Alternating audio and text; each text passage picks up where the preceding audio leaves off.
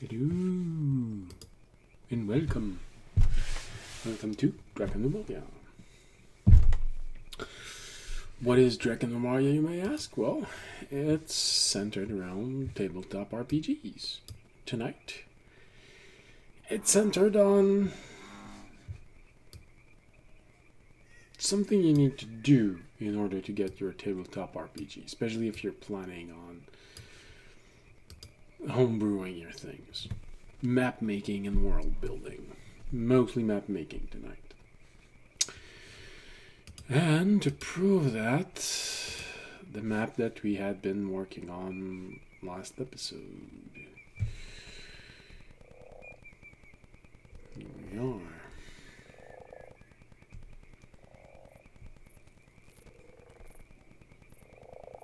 Larger than I thought it would be.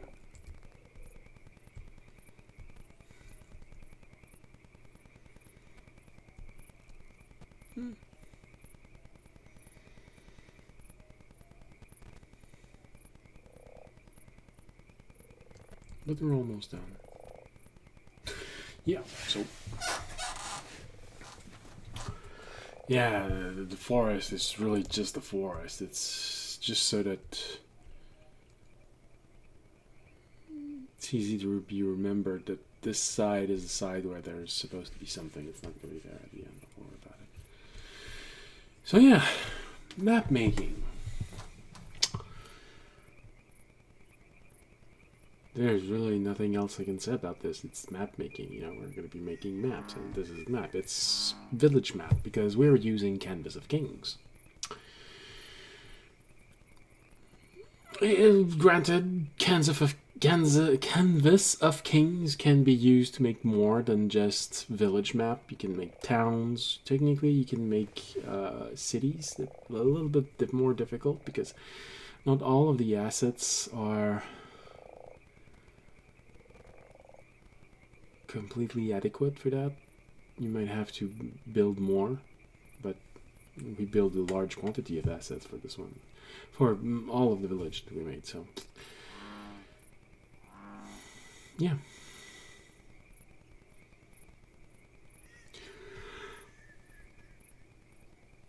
it doesn't start well. Okay, so that's it. That's what we're going to be making. Don't be shy. Say hi if you're in the chat. And we are going to start. Yeah.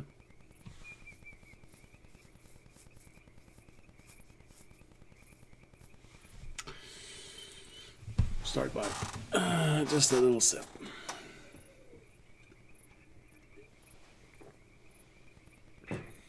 Mostly because I want to show my bottle. I really like these bottles. They make me feel like I'm drinking a potion. Now, if I could just find some food coloring, give the impression that I'm drinking a health potion or a mana potion, would be awesome.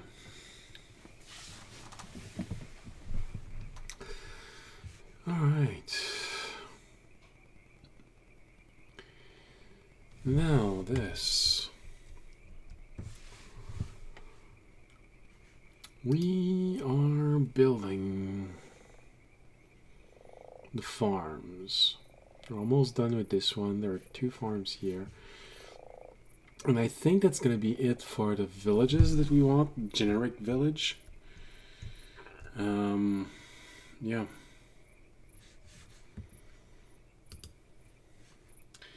You know, there was the first one, a very generic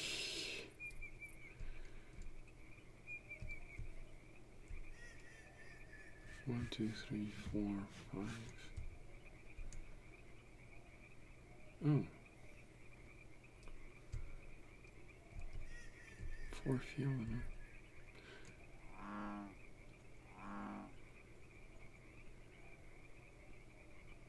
Oh.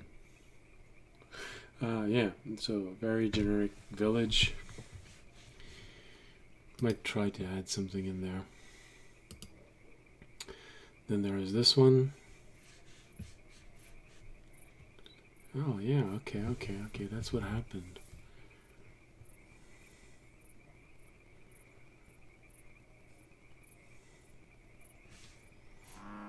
This one is the same thing. So the first one, it goes under the assumption that this is an end of the road. You know, the road comes here, goes into town, and then you have that. This is the village.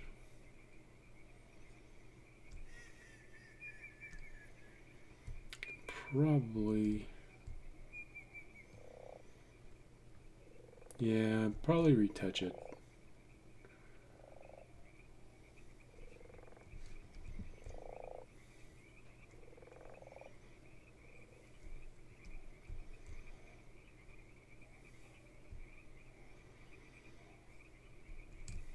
Especially on some elements here.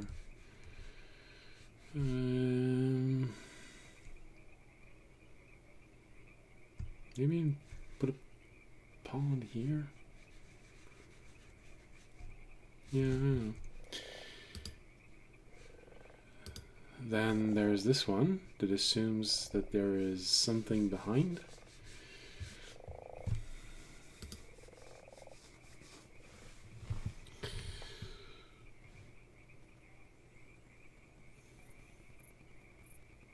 Then there is this one that assumes there is something to the left.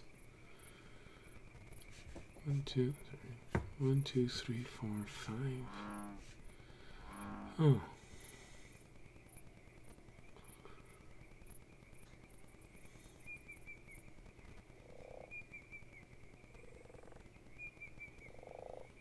There would be a need for a sixth one. Interesting. And we could remove a field. Oh, it's going to be readjustments. And then finally, the one we're working on, which assumes there is something here, where the forest is. And we have 1, 2, 3, 4. So maybe we don't need the one here.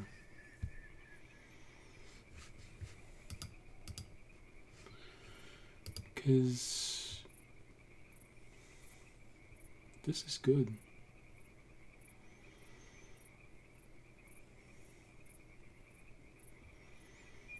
This is good.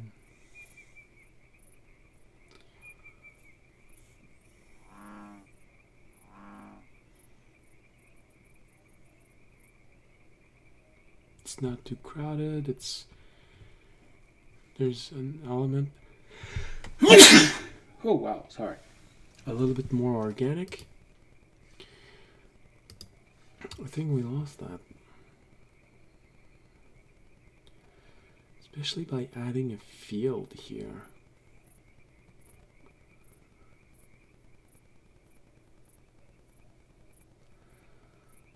Oh, that's interesting.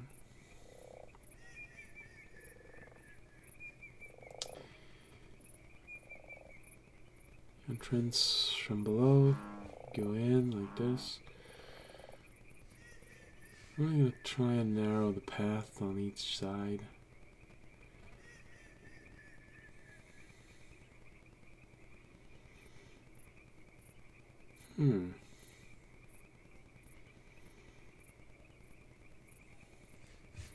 Well, this one doesn't feel too bad, but I mean, this one feels crowded, and you know, we could place a decent pond here.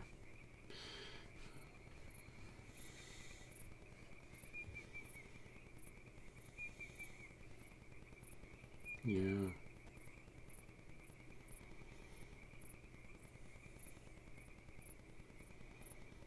Road comes from there, you enter the village.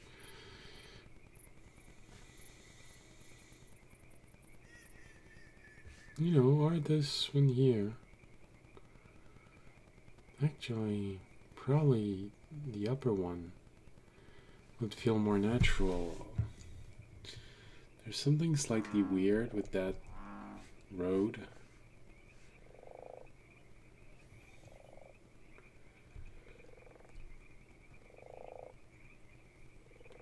Could probably remove that and put a pond right here.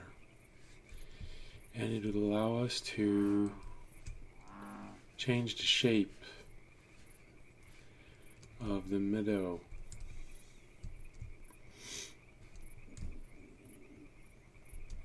Yeah. Alright. But first, let's finish this one. And let's start by removing this one here. Which means we don't need this, which means we don't need this.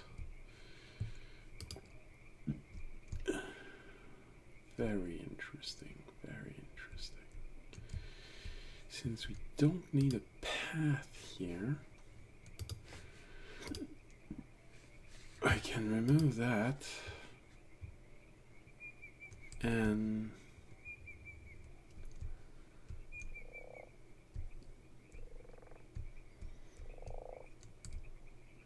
oh yes, yes, that might actually be okay.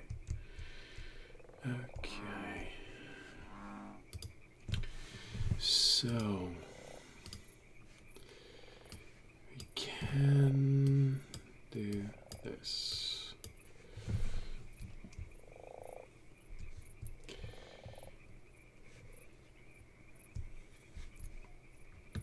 Here.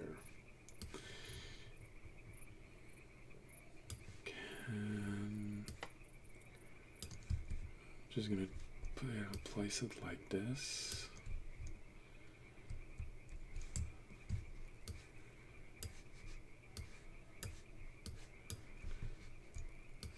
Doesn't need to be as wide,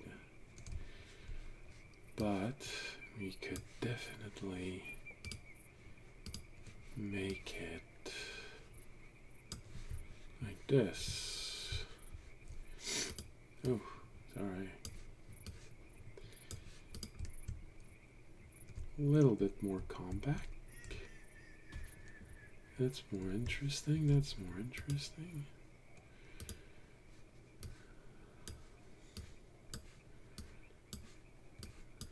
Here we go. Here we go.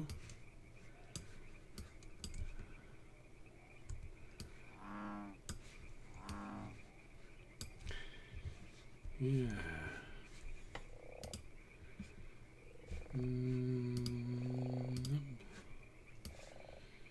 And we can do this, and this, and this, and this. Let's add one here.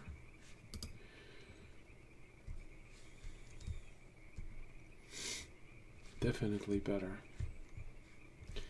It's not going to be as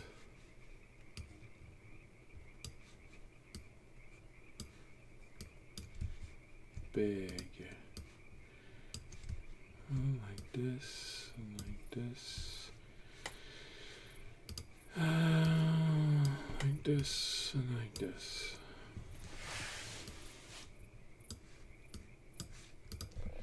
Here you go.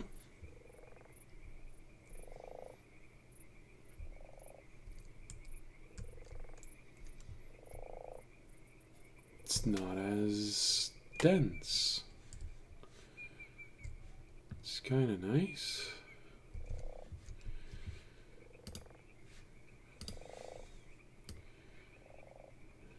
Which means we click it here. Hold on, just so that I can see. Click it here.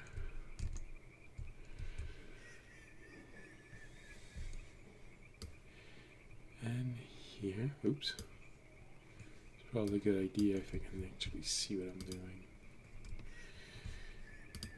There we go. Click it here.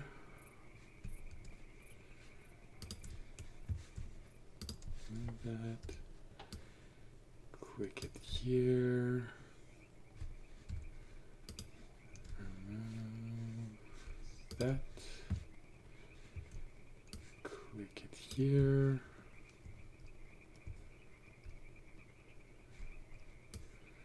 Click it here. And here we go.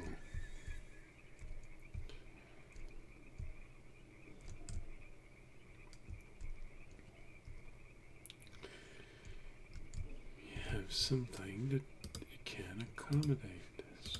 All right. Okay. Okay. So, remove that. Click it here. Remove that. Click it here. Click it here. Click it here.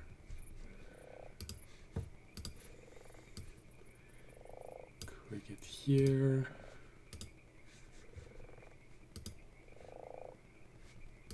No, it's this one here.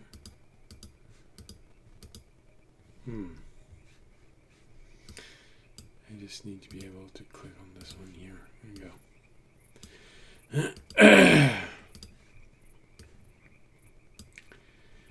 Here we go, like this.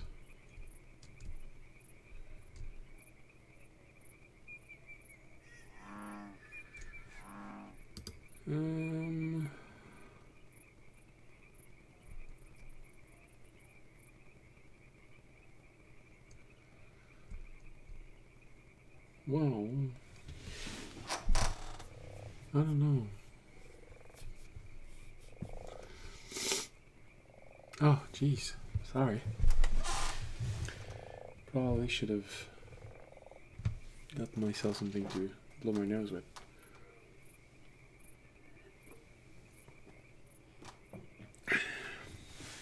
I don't do well in hot temperature. I've been feeling sick for a while now.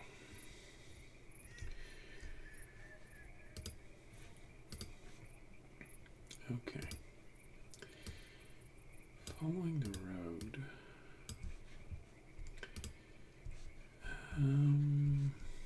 Really? Nothing in between? So we don't need this one.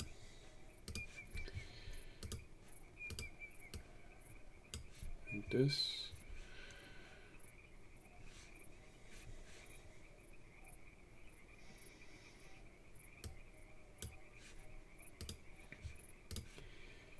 Can always do this like this, or maybe, yeah, like this. Okay. Fully integrated, that's good.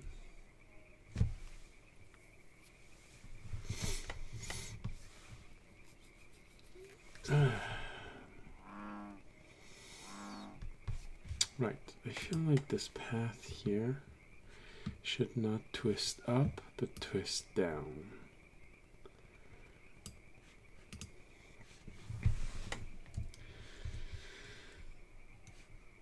You know, he sort of created the path by frequently going from that there, but people, it's not where they're going.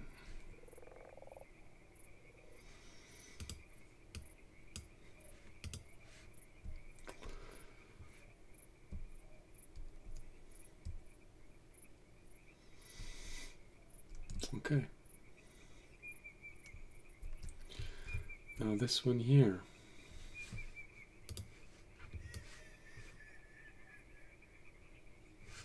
Just making sure that the broadcasting was happening as it was intended.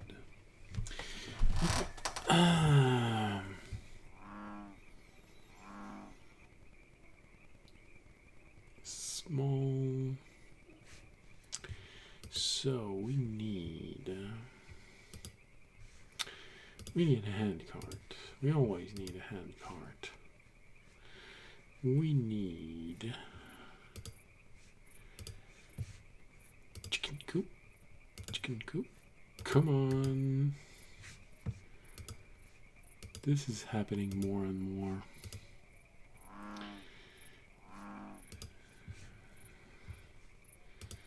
You need chicken coop. Here we go. And working space and pooping space.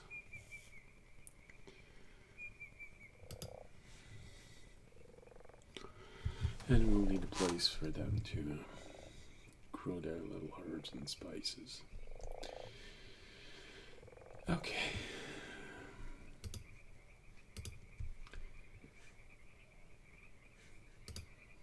Lock the houses.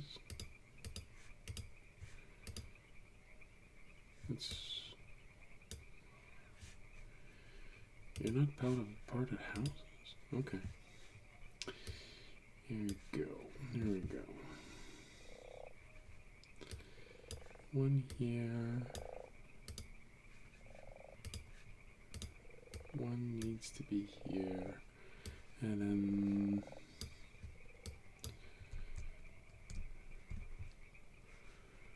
one needs to be here, one needs to be here, and one needs to be here. Stop. Don't.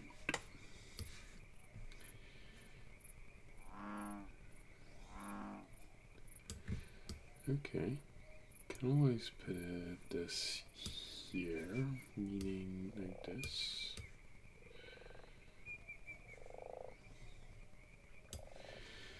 Okay.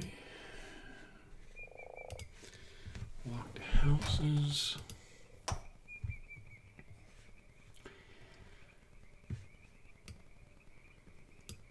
Okay.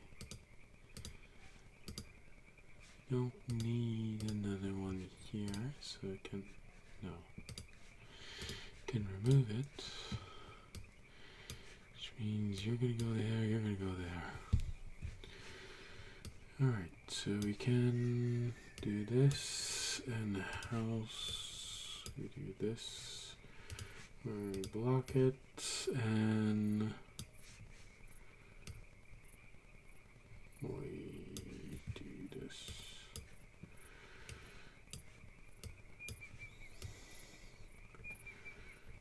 Okay, so now we got,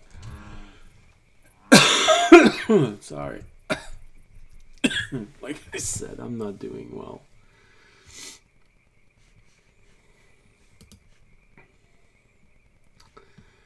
I don't do well in hot temperature. So my health is always more fragile during summer.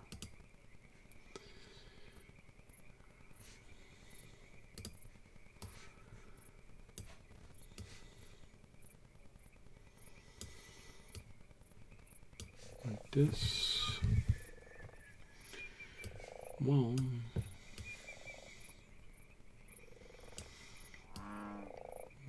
isolate your pooping area, working area.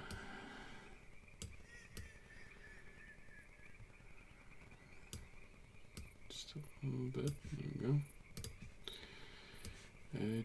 Chicken coop. No, the chicken, they like it there. Why? Because there's a chimney. They can feel a little bit of the heat. I don't know if it's practical or not, but there's an excuse. So, and we have this again. Reload the settlement. There we go. All right.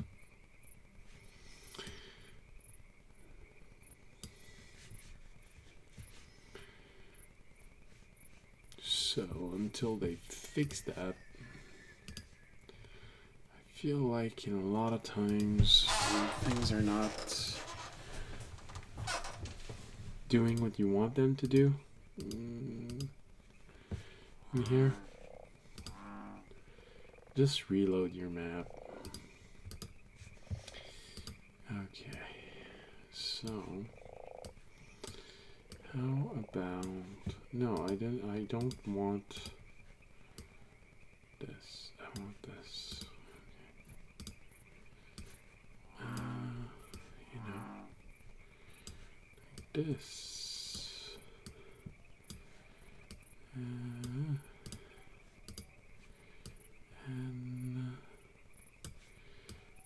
like this, but it's just a little bit much. Okay. Meaning just a little bit wider. There you go. And all you see, he's actually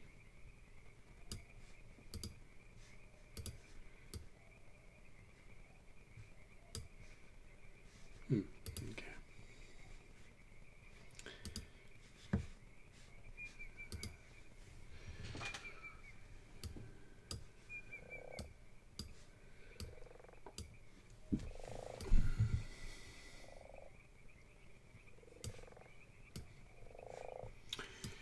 Maybe I just add another one.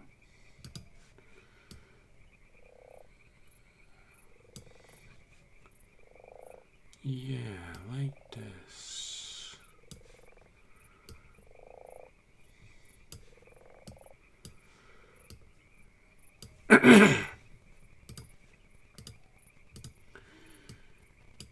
Just like this. I don't know. Okay.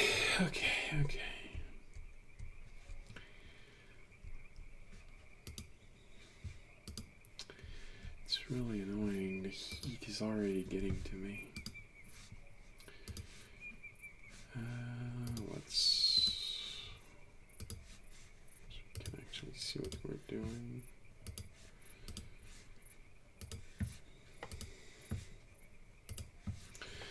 When I was a child,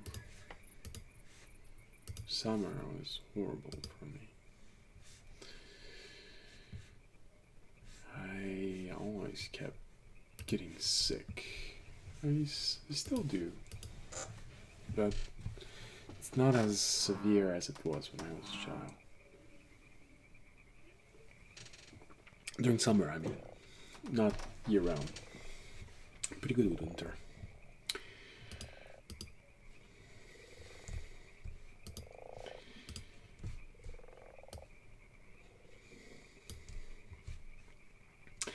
Winter is comfortable for me.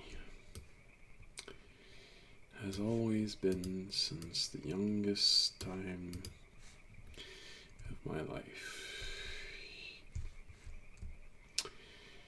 Alright, I think we managed that integration. Save.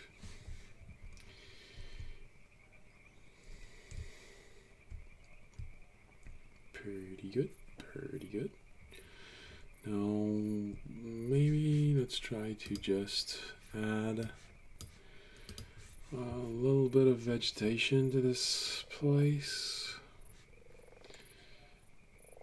Oh, of course, you need something there. Here. A little bit of privacy, you know.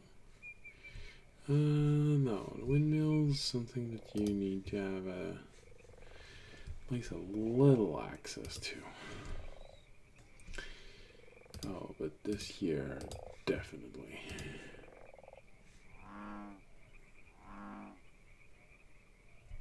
Oh.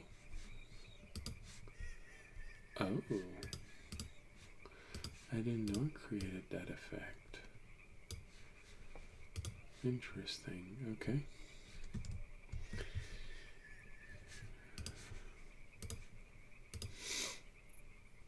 Yeah,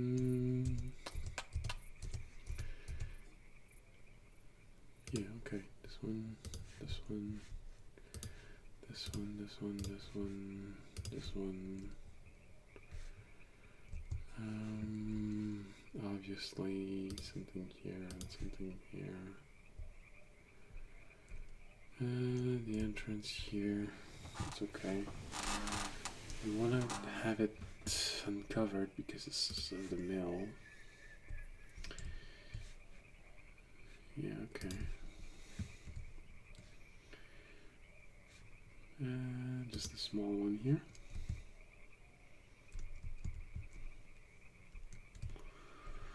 Okay, okay.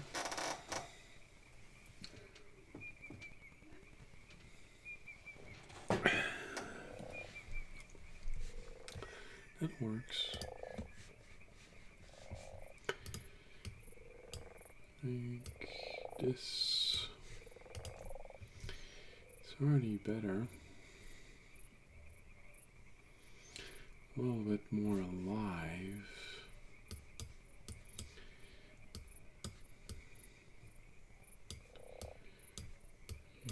Here you go, here you go.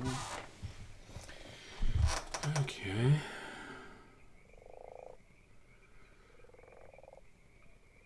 Yeah, right.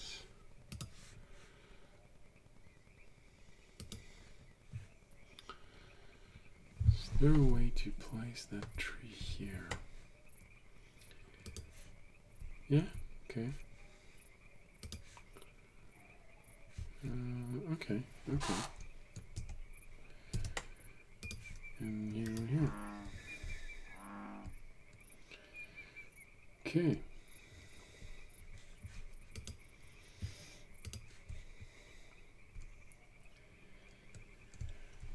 I think we have our plot. Our village. It's nice.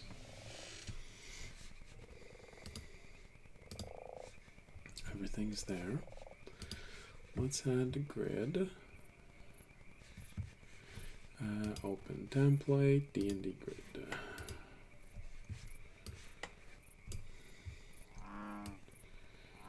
Okay, I think this is the longest.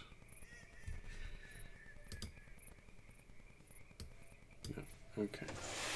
So it's columns. It's too many columns. So let's go with this.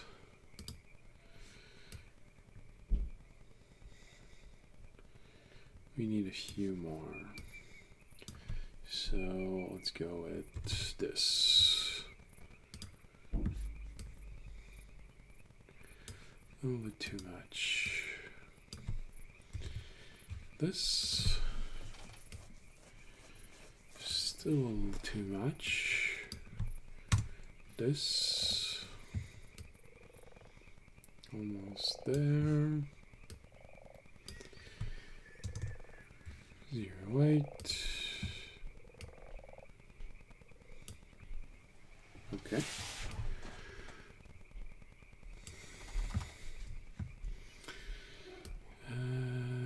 We need the 42 on this side. Oh.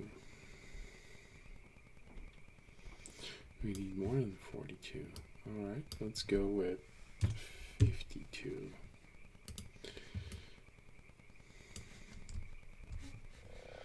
Let's go with 62.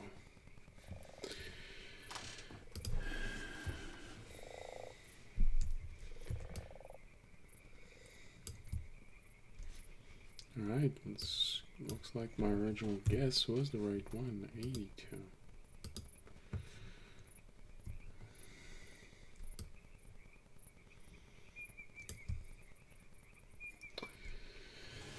Um, 85.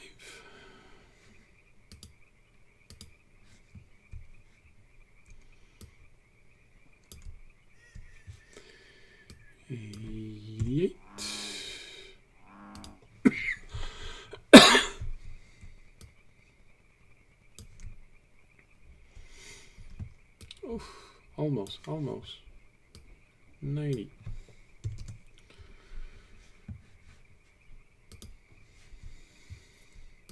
Here we go.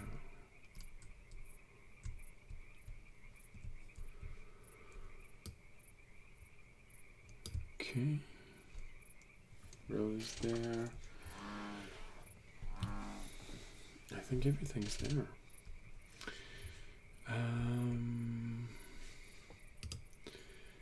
Save. No. What about here? I mean,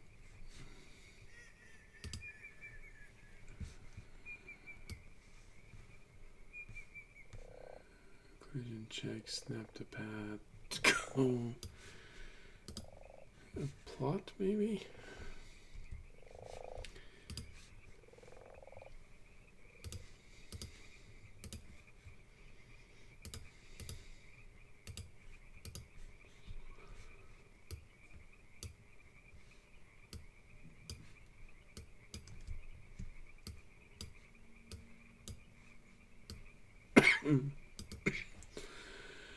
How about that?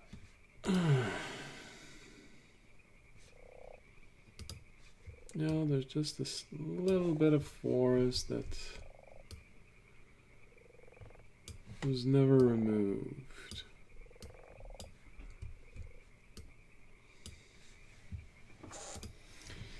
And I don't know, just to put some life in there, sort of suggest that they might have been doing work.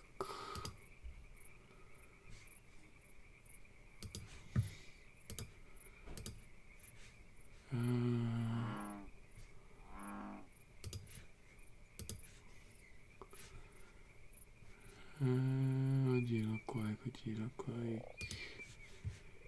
Like this.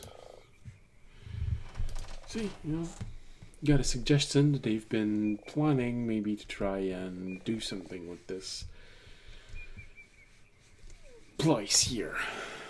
Or not.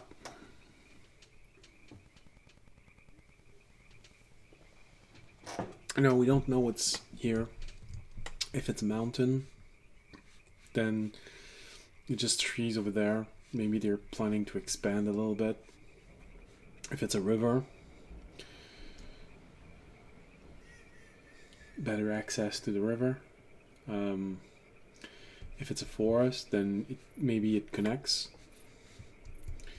They're planning to add to this.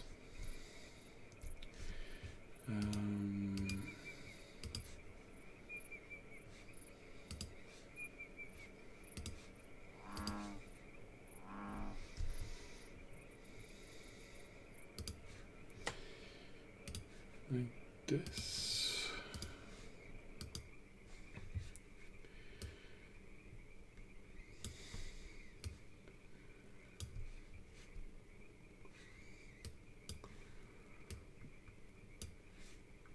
Mm-hmm.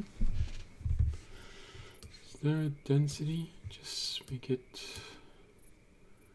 a little bit less dense. Let's go with 6.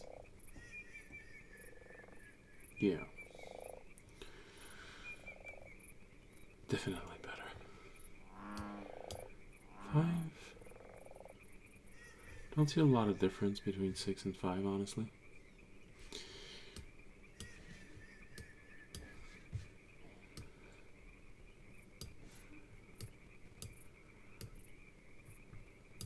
Okay.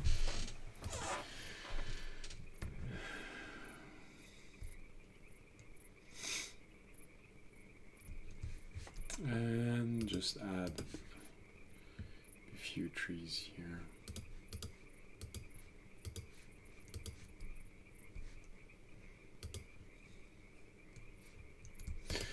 Maybe adding to the confusion of the whole thing. Oh, there's an ideal place here for a trunk. You know, the tree was cut there.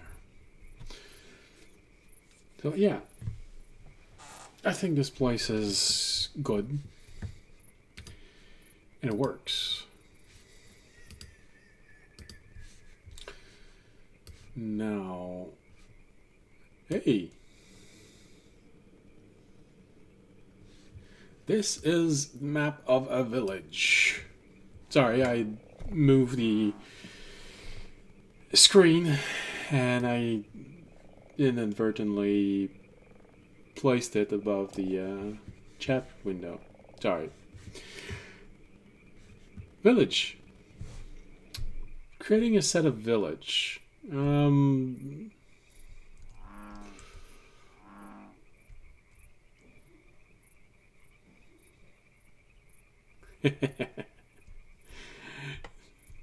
Thanks.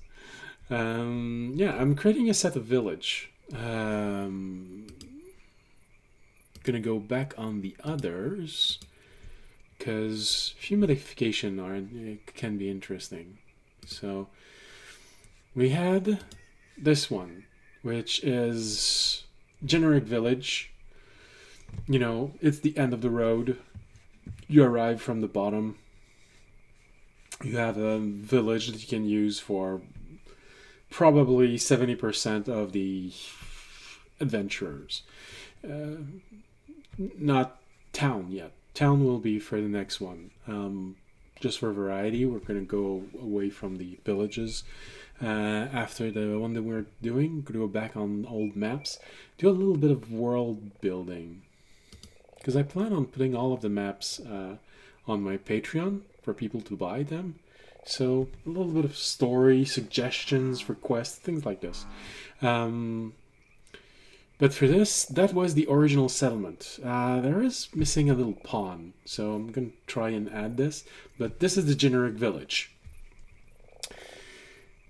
And second one, it's sort of a village that you can place if there's something behind it. Forest, river, mountain.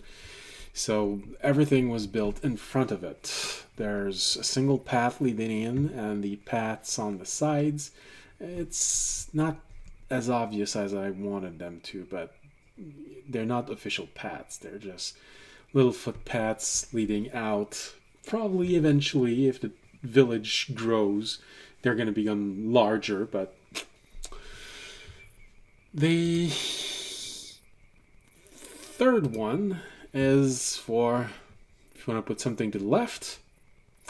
I'm probably going to remove a plot. This is what I wanted to go back to. On this one, probably make a pond. Because, people during the Middle Ages, the easiest meat to access was pond fish, pike, eels, things like this. That was what was the easiest to have, and people would eat a lot of fish because, that's what was easy and available. And the last one for the other way around. If there's something to the right, same thing, forest. Did put a few suggestions here that, they may have been trying to start to expand the village. If you cut trees, so if it's a forest here, it may connect with the this section here.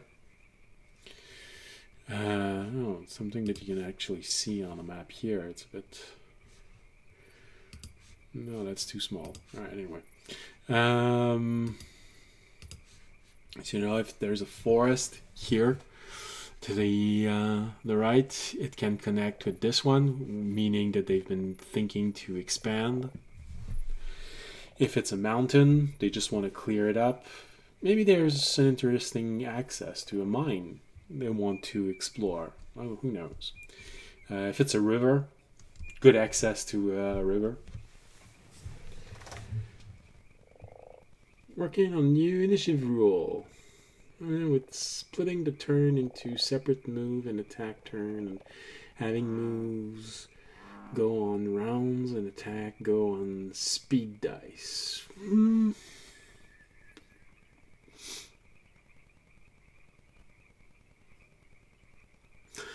Well, there is a case to be made for that. especially since someone can have multiple attack in a turn. But they'll only move. They only have the same amount of movement. But you have to be careful.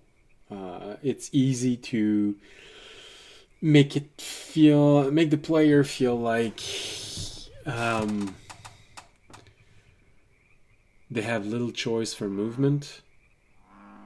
In some game system, there have been this little problem where you move once and then you make one attack, and then because of the speed you have two more attacks, but it feels a bit weird to just make ta ta ta.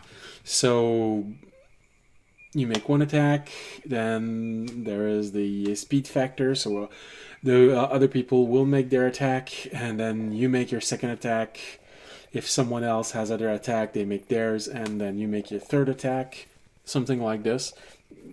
I've seen game system, including past editions of Dungeons and Dragons, where they did try it. The problem was when you have monsters who only have one attack.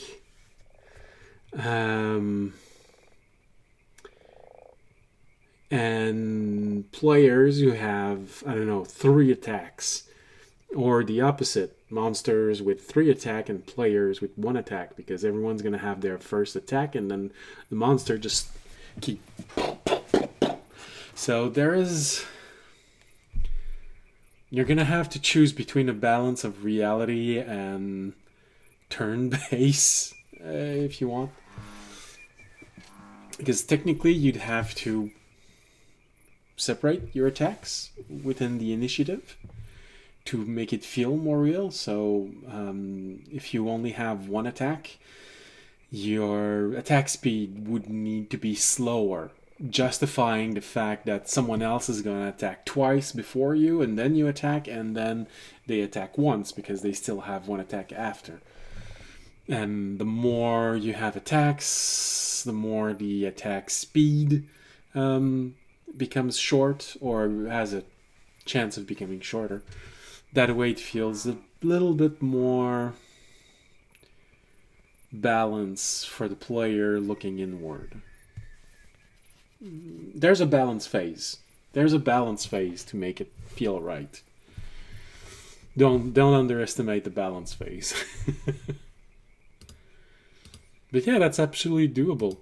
It has been done in the past in various systems.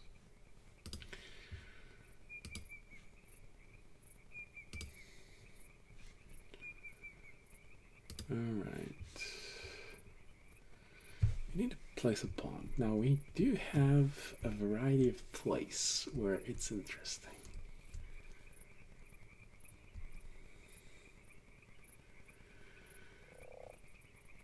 In what way do you feel it would improve on the area effect spells?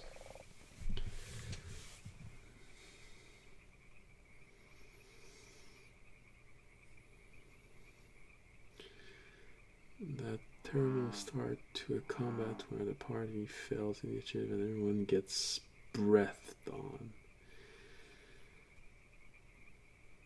Well,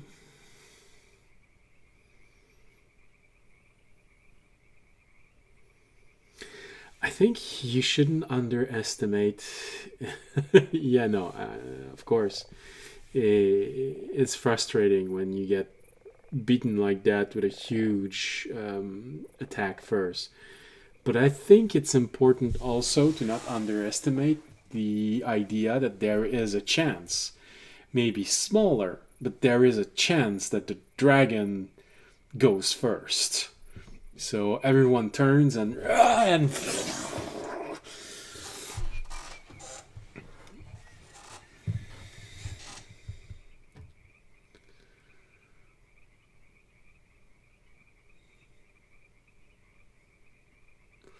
there always needs to be a chance for a disaster. sometimes, not always, but sometimes it gives that extra narrative.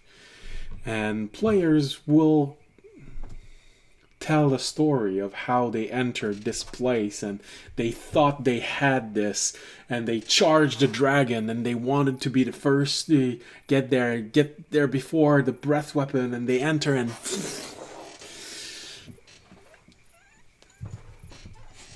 if everyone survives, they'll definitely talk about it.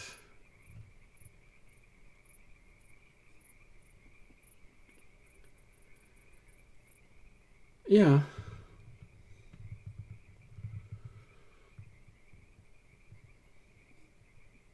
Yeah.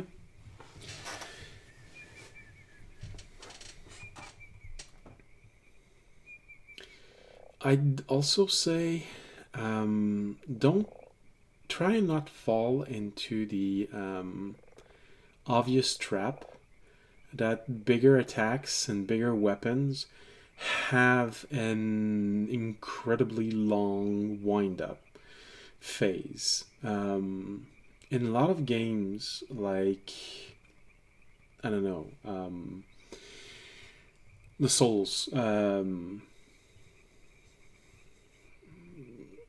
Elder Scroll, I think, Elder Ring. I don't play a lot of those games. They tend to give a huge wind up for a large weapon.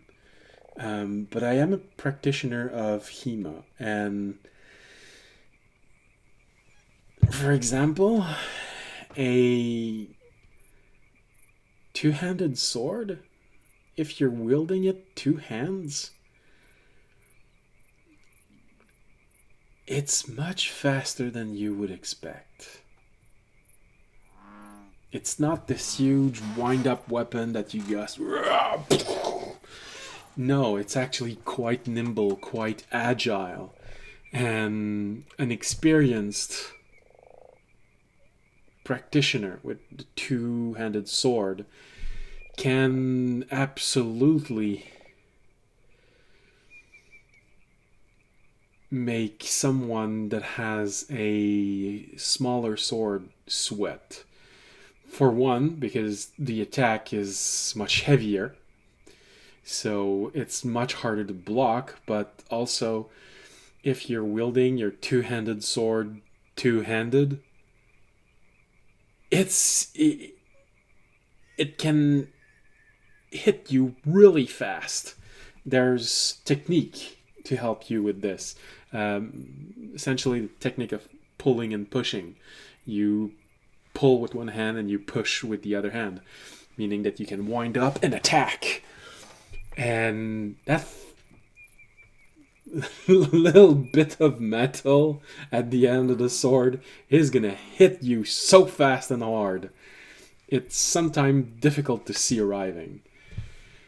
So don't try not to fall into the huge trope of, oh, it's a spear, it's a glaive, it's gonna be really slow.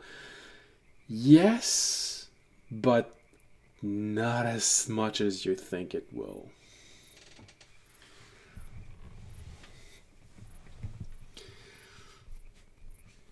Mind you, I've been doing HEMA for 20 years, so I'm not a beginner at this. But someone once tried to go two short sword against me, and they thought it was going to be easy because, you know, dang, dang, dang, dang, dang, dang, dang.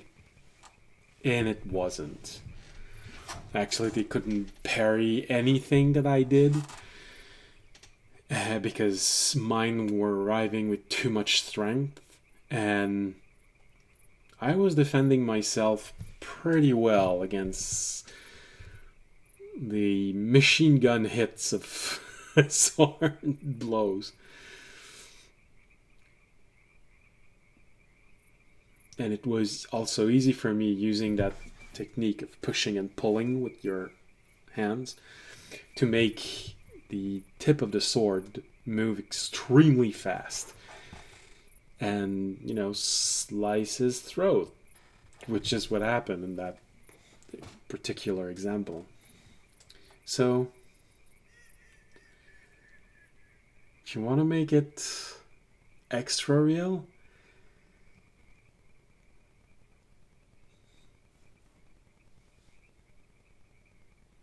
not that big of a difference in speed. Or you can, with two-handed sword, that could be an interesting.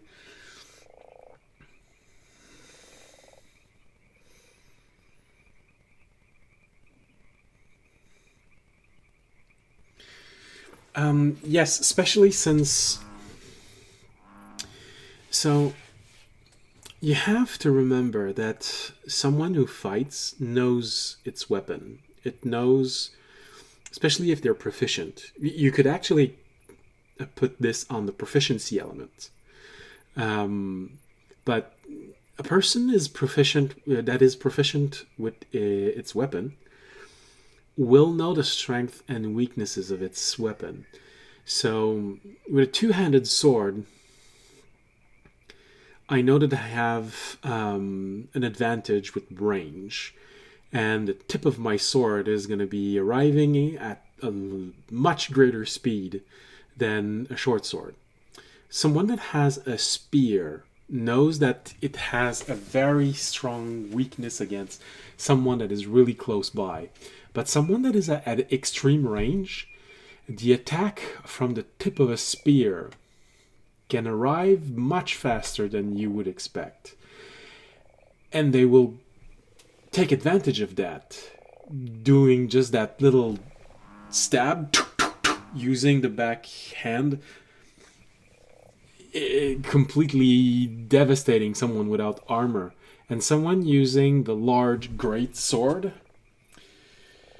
they know that the strength is in the momentum of the sword.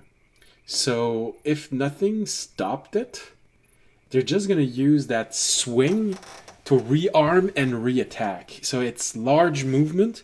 If they can actually do that, the cooldown of an attack is much smaller than what you would expect. If they can't, however, if for some reason there's a block, the other person has a tower shield and they just then there's a problem because you just absorbed the entire momentum of the weapon, and now they have to do something with that. They can try to rearm by letting it slip to the side and keep going, or they can pull back, but there is an element there. But each weapon has its strength. So you have to make a choice. Are you going with realism or almost realism?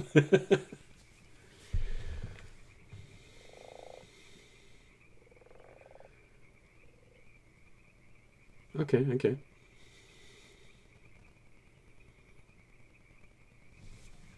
Just elaborating on what D&D made. Okay.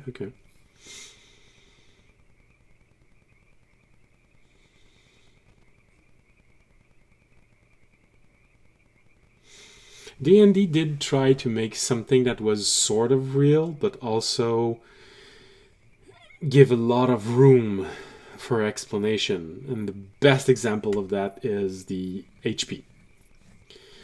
The HP is your ability to keep on fighting. And the only hard rule, sort of, is the element of if you reach 50% HP, you're actually bleeding of somewhere. So you know something bad was hit, or you've just accumulated too many cuts and bruises, and now there's active bleeding. So by keeping it ambiguous like this, you can sort of give the ability to factor in for competence, for experience, for training.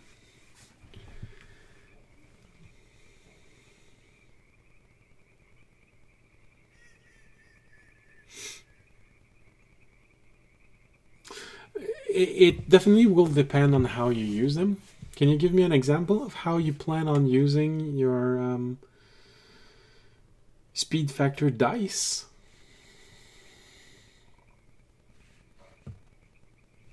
Now, where do I put the pawn? I do think that there's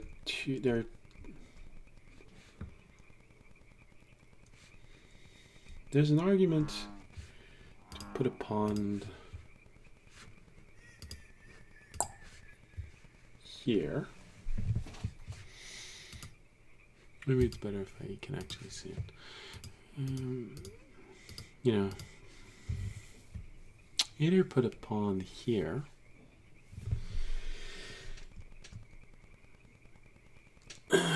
which is closer to the center, but also behind the temple, which I'm not sure they'll like.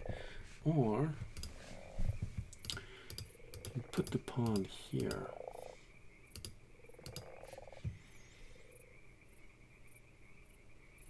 Which gives a reason for a small footpath. It's not too long. Okay, yeah, I think that answers the question by itself.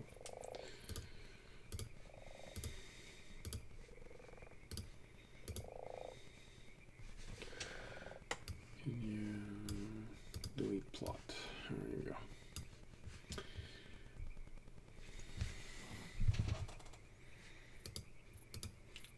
Colors, water, saturate it. Okay, good. And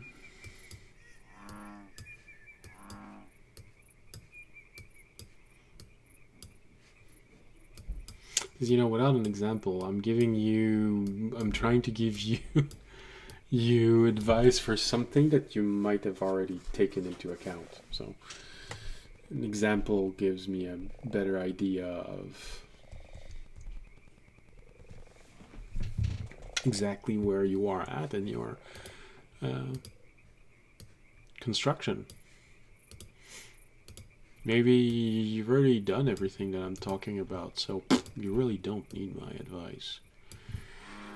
Well, I don't have any fix yet. Okay. I'm mostly thinking about how a fighter evolves from 1 attack to 4, and a rogue evolves from 1 attack with minimal damage to major damage. Well, for the rogue, it's easy to explain. It's an understanding of anatomy and of how to attack where there's no defense.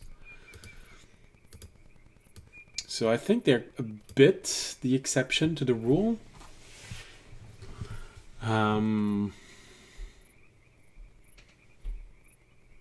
Yes, no, definitely monk, paladin, rangers. So there's the paladin and rangers, which eventually get 2 attack, and some bards get 2 attack.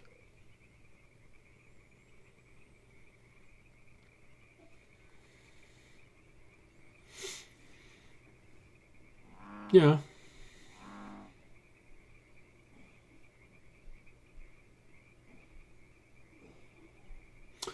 I remember that in 2nd edition, everything had a speed factor. And you could actually... there were rules to help you do exactly what you want to do. Each spell had its speed factor, but there were orders of things. Spells always went last, for example, because they're longer. You have to cast the spell. You have to gather the energy. So some things were always before and others were always after. Unarmed strikes, because of their speed, always went first, then arm strike, then spell casting. I think magical object were in the beginning. It's been a while since I played 2nd edition. But some only had effect that took at the end. For example, a healing potion. You would take it at the beginning, but it would only take effect at the end of the turn.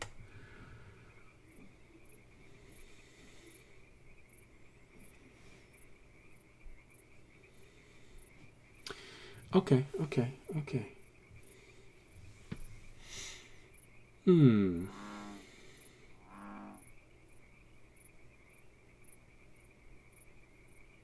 I see what you. I see where you're going with this.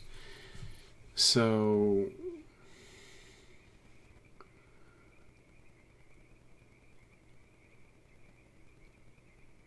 Okay. Basically, you're going with sort of the action point of Final Fantasy Tactic. You know, the more you regenerate action point, the more often your turn will get there. So monks, for example, would have a very short recovering time, meaning that they would attack very often. Mage have long recovery time, so they do one spell, and the monk can have time to attack twice before the mage actually does its spell.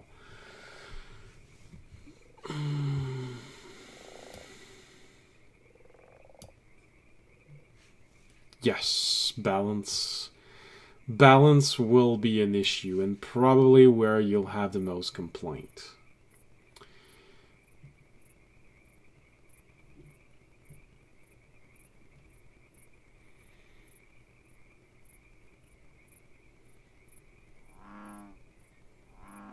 And I can guarantee you that if you have, for some reason, a fight between your players, someone will ask you if the mage or druid of the group is trying to cast an attack spell, if they can use passive perception or passive insight to determine where they're aiming so they can get out of the blast range. And so now you're going to have to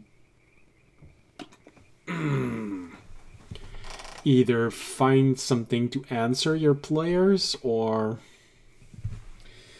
make it so that it's not that obvious to figure out exactly.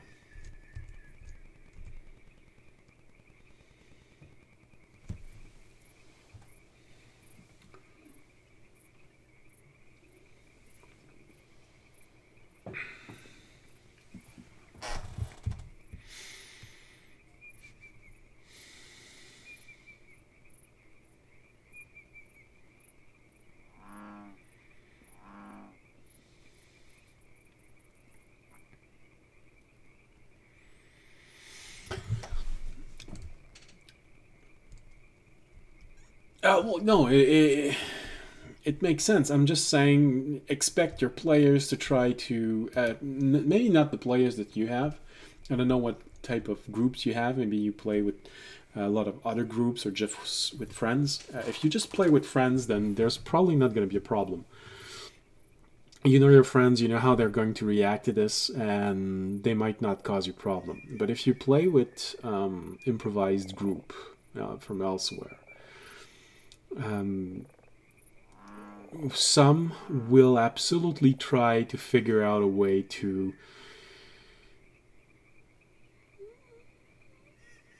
cheese that, to make it so that they won't get hit by a spell simply because they have better reflex.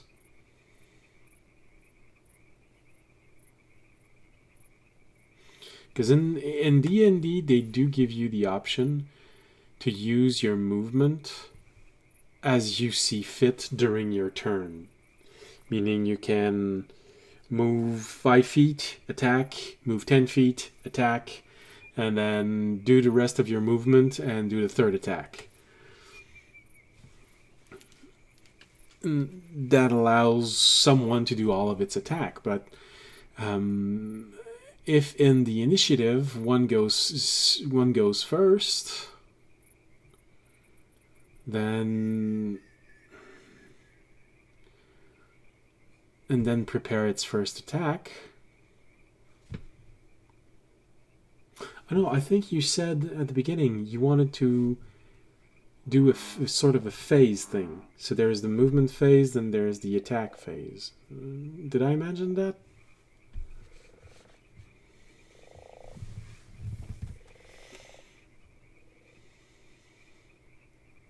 Is that pawn too big?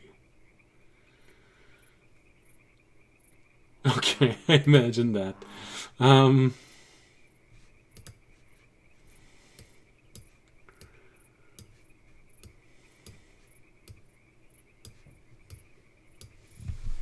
Because one thing that will always happen, if you play with people that you know personally, people that you've been playing with for a while, then these experiments can go well without much problem, because they'll understand, they won't try necessarily to figure a way to use whatever new rules you've created to give themselves an advantage. But if you play with other groups, not just people you know, you'll find one that will definitely try and figure a way to use anything you make to their advantage.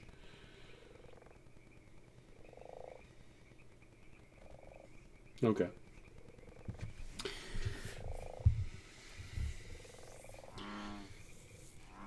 I once had a player in a past edition that when they realized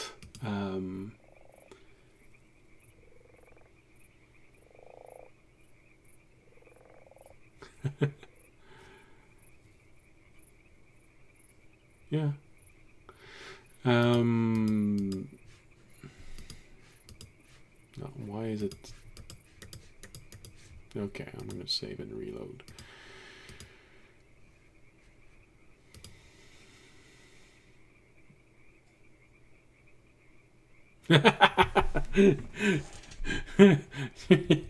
Yeah, silvery barb can be exhausting.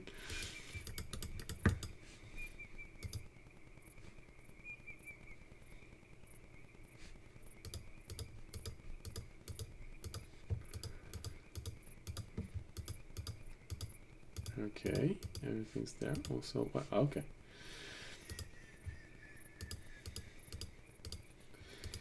Yeah.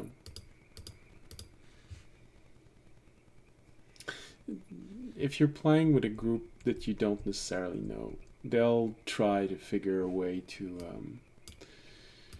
see if you built it well, and they're gonna try and poke holes and take advantage of elements. So if one person has the ability to move before the spell explode, but after it started to cast, and someone will want to know if there's a way with passive insight and passive perception, passive arcana, to know what spell he's using and where he's aiming, so that they know when their turn comes how far they need to move from that area to avoid this. I'm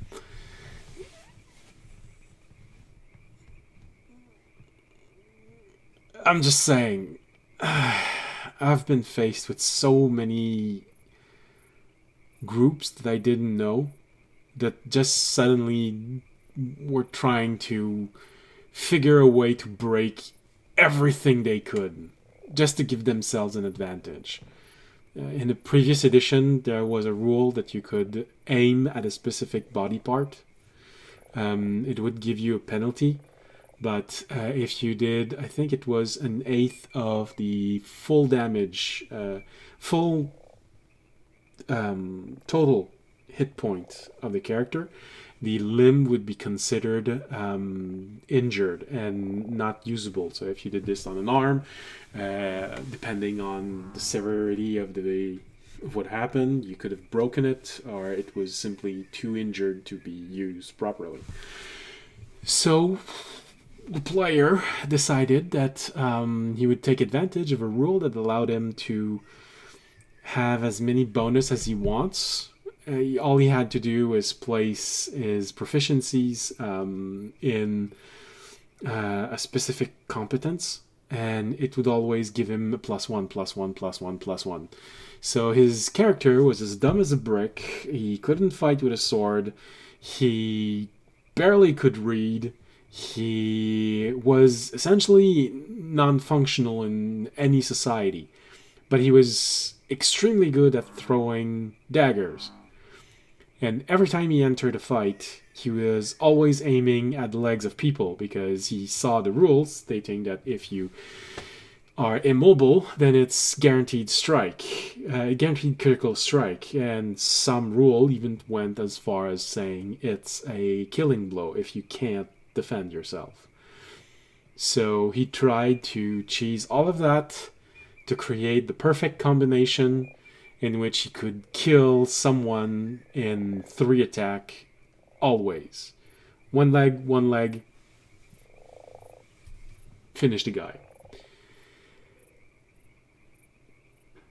That's why I say someone, if you use improvised group, someone will always try to figure out what's the little breach in the rules. And if you make them yourself, they're going to expect that it's not going to have been as thoroughly examined as an official rule. And they will not only try and figure this out, but they will smile when they figured it out that they can absolutely dominate you using that.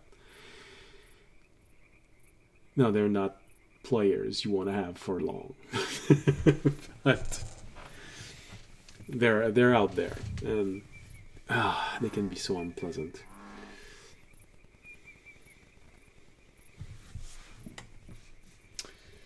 My initial instinct is to let them determine what spell it is for at an initial cost, but I'll aiming to be changed at will. Okay, that can be good.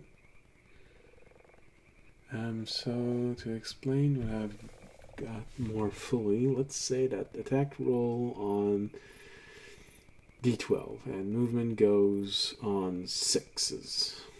So the player rolls a 3, then the DM counts up from 1 and the player gets to attack on 3. Yes. Rolls an 8 for their next attack. They'll move on 6 and get to attack again on 11 and can move again on 12.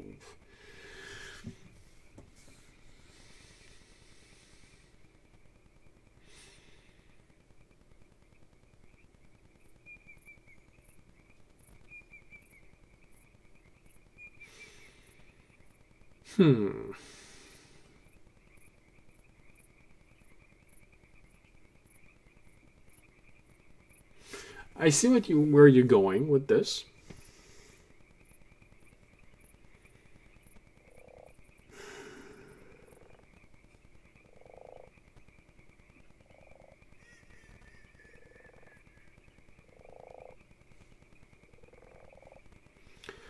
Creates this awkward scenario. You don't know if your attack comes before or after your move. Yes, that is exactly what I'm thinking about right now. Because you could suddenly find yourself losing an attack simply because you get an opportunity to attack, but your movement hasn't come yet.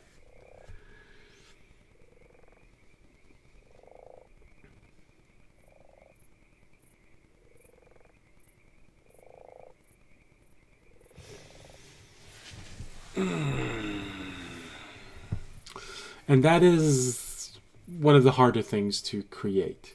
You can always make it so that you can only move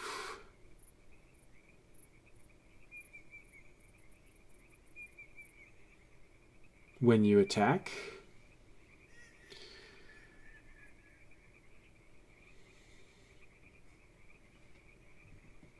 But then you need to set a rule so that you can only move a certain amount of distance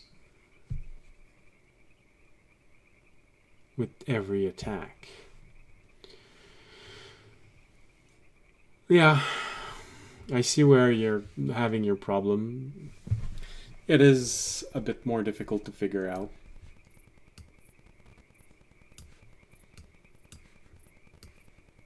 Not have this nice of a shape.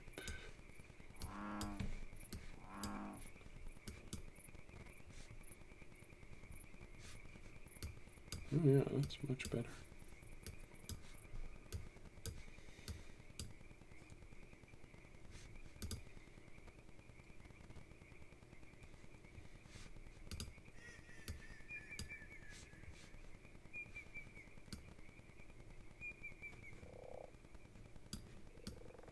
Like this? Oh yeah, like this.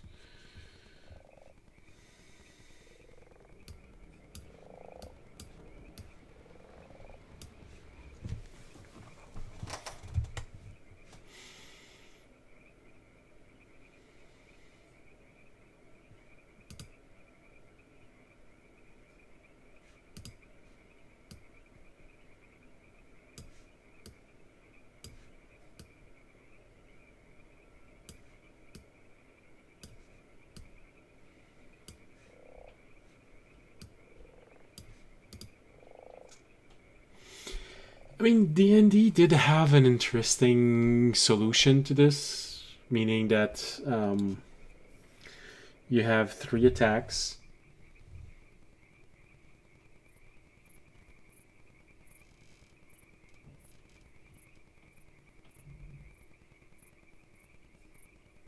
Yeah.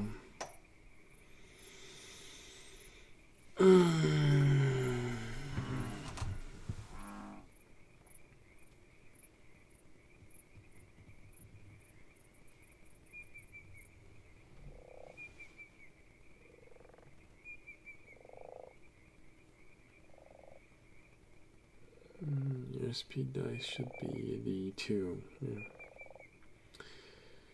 6 die, and so that's fine.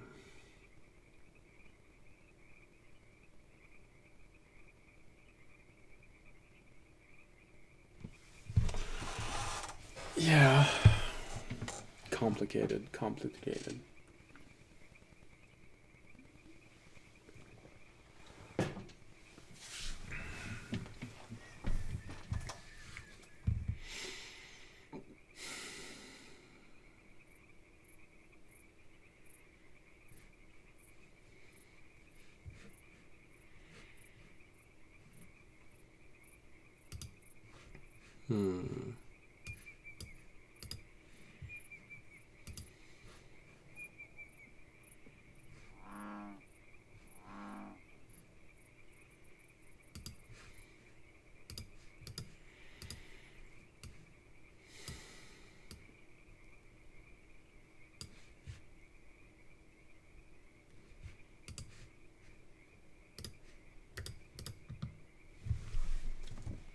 It is a complicated element to balance.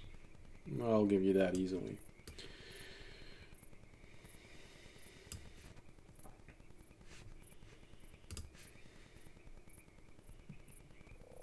No, because I'd need to.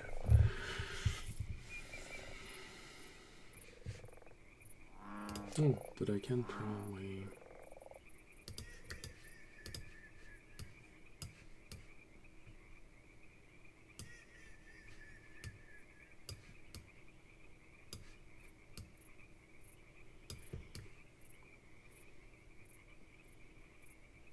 Oh yeah, that's definitely...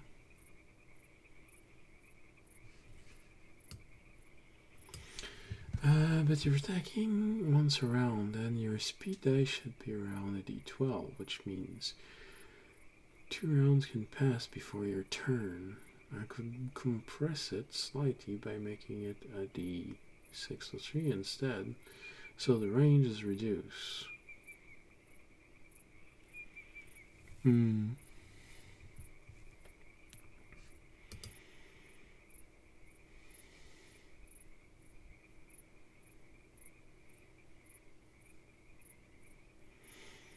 I guess there are 2 ways of looking at the whole thing, you can give it a dice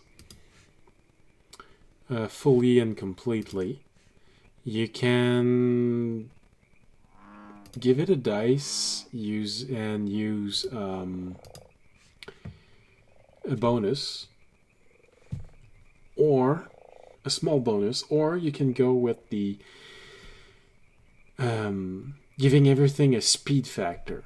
So, for example, every small weapon has a speed factor of 3.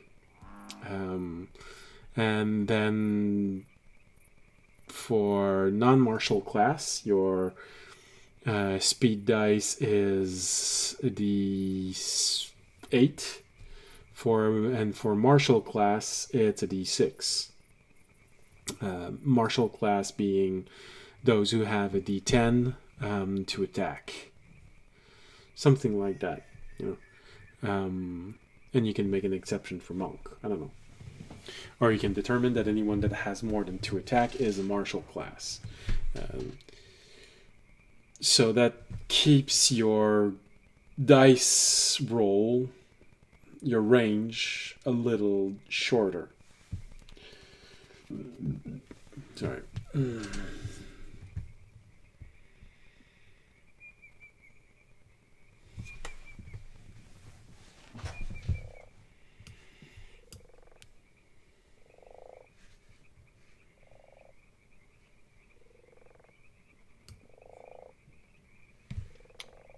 Oh, my barrels.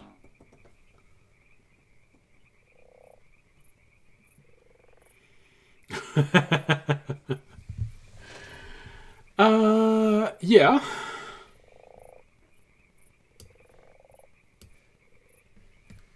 That's always the element of, do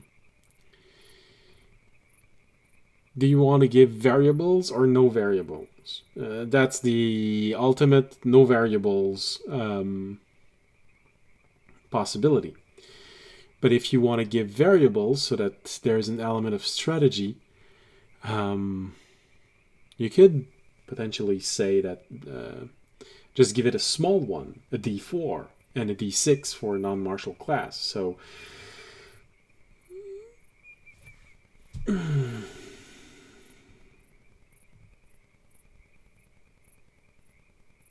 yeah. Now, the element of having dice is interesting because it forces players to deal with something that they didn't necessarily predict. They have a lot of attacks, so they should attack more often, and of course they're going to attack before the other one, at least for the first attack. But then, no, for some reason. So there is an element of unpredictability that dice give that is always interesting.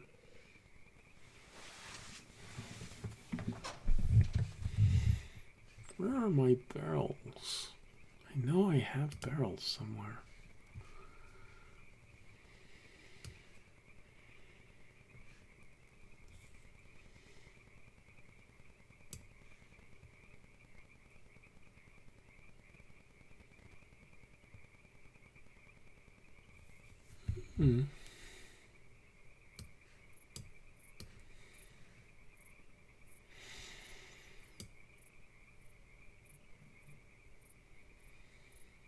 That is a possibility. Making it an engagement element. When you engage someone, then you have initiative for combat. And to melee contact with a creature, take a d4 to your initiative or be flanked.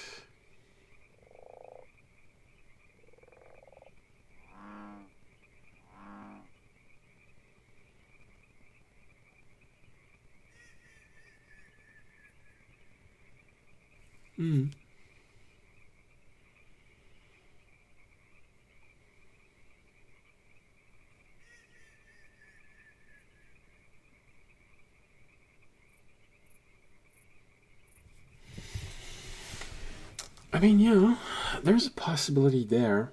So that would definitely remove you having to figure out how to put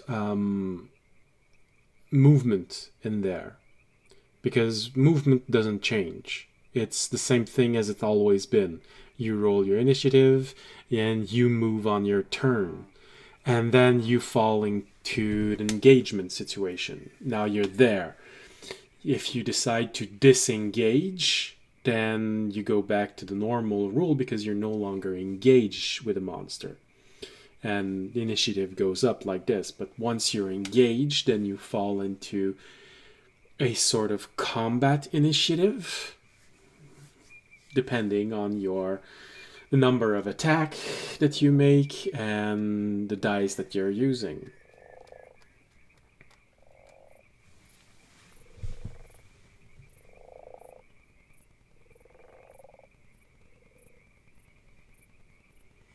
Well, the moment that you decide to attack, the moment...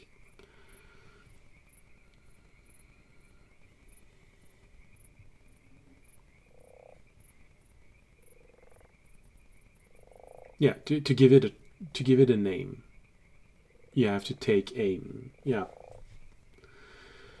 that can probably work, so long as it's just a name and you explain this to your player, because someone will say, "Oh, I'm not aiming. I'm just taking the shot, and hopefully it hits. So I'm not aiming."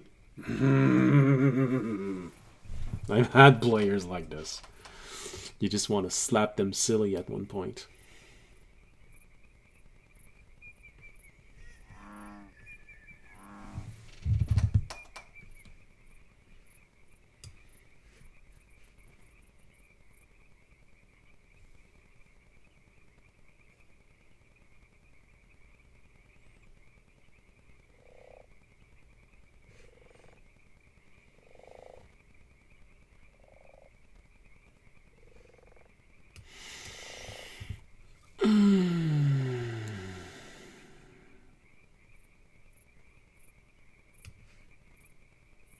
If you're using firearm, yeah.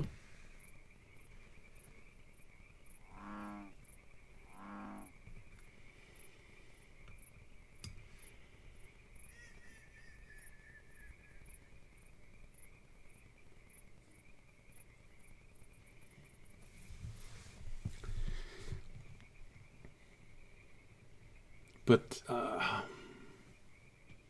I put that as an ability.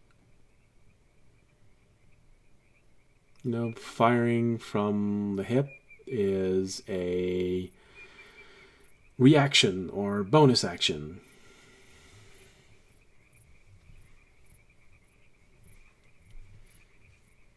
And obviously, a mage isn't martial enough to fire at the hip.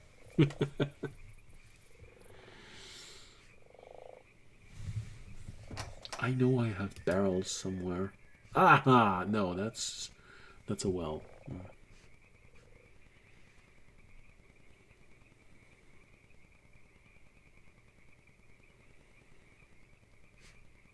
Where are the barrels?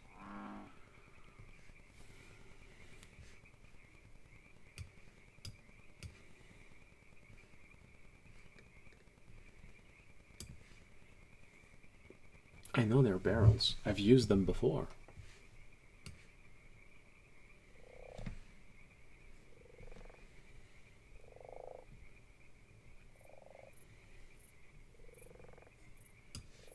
You mean here?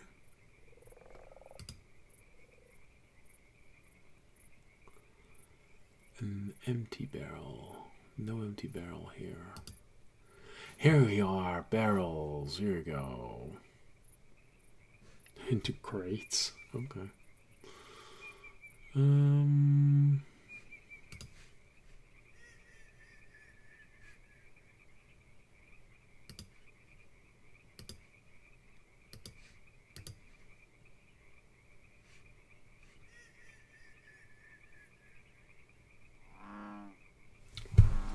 Right. Which means that path should probably be a little smaller.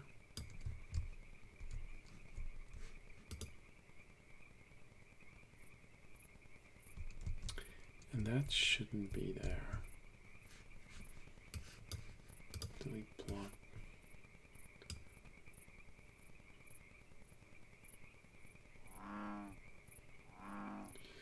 And rogue rushing to melee. Next. Going to get advantage against the beast. Okay, this leads to an interesting situation. The beast is about to chomp down on the fighter, so he's already engaged with the fighter. The rogue rushes in to melee. Give the E4 penalty to the creature's next attack, or allow the rogue to gain advantage against the beast.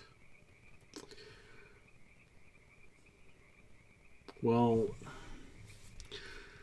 if you're playing with D&D, I think the whole thing has already been decided for you, because if you're a rogue and you're engaging someone that is already engaged with the creature, it is already part of the rule that you gain advantage on your attack. That's how a sneak attack works. So in that specific situation, if you're using D&D, it's already been decided for you.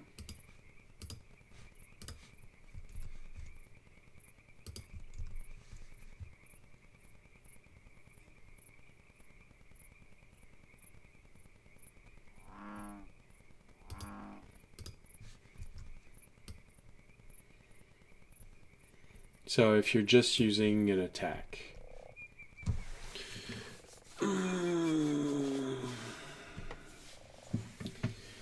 if that's the two choice that you're giving me, I'd go with the D4 penalty. Because having in my career of HEMA practitioner, I have taken on more than one enemy at a time, more than one opponent, and if you know how to fight, it's not that big of a disadvantage, unless you're fighting with 3 people going into a triangle formation with you being at the center, because you can't look everywhere. You always need to try and get everyone like this so you can see everyone. But if they manage to close a triangle and you're at the center, there's always one person you can't see. So if there's only one person, I'd go with the D4 penalty instead of disadvantage. But that's me personally.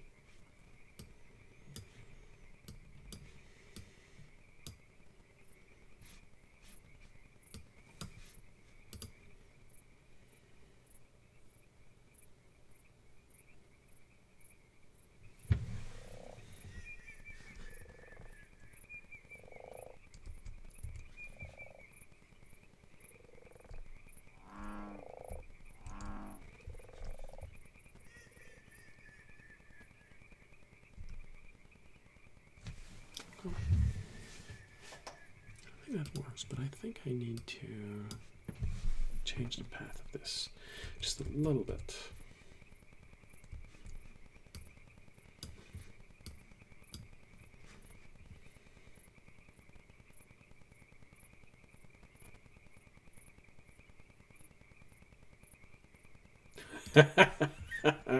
How does it interact with Fireball? Fireball is...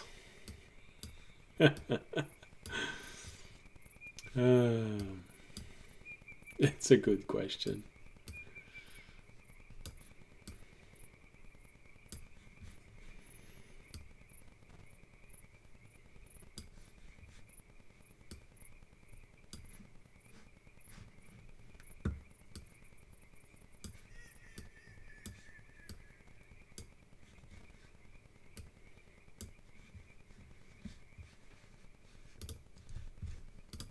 is this one here that I don't like how it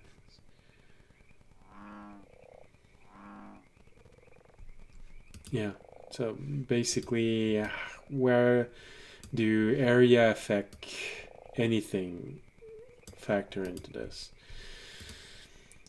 Well, I'd say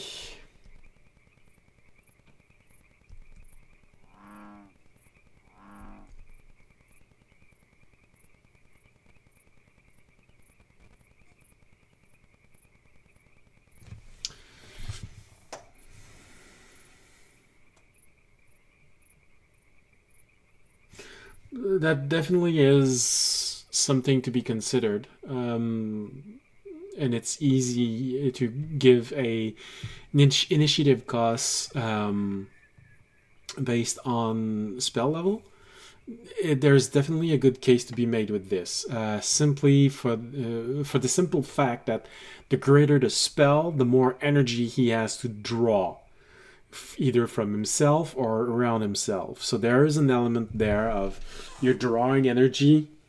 The greater the spell, the more energy you have to use, and so the more you have to draw.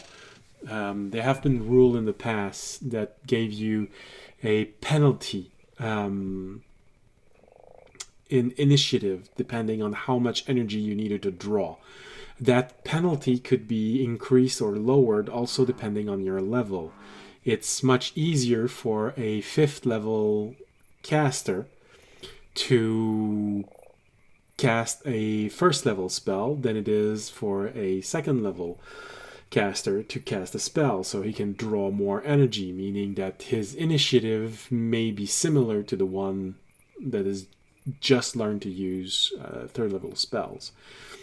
So there was something like this, and the rule also went even further, sometimes stating that if you try and cast a spell that is way out there at the limit of what you can do, you could possibly be stuck casting it for 2 rounds, because accumulating the energy just takes too much, and you release it at the beginning of the next turn. But that was an optional rule. Not everyone liked that one.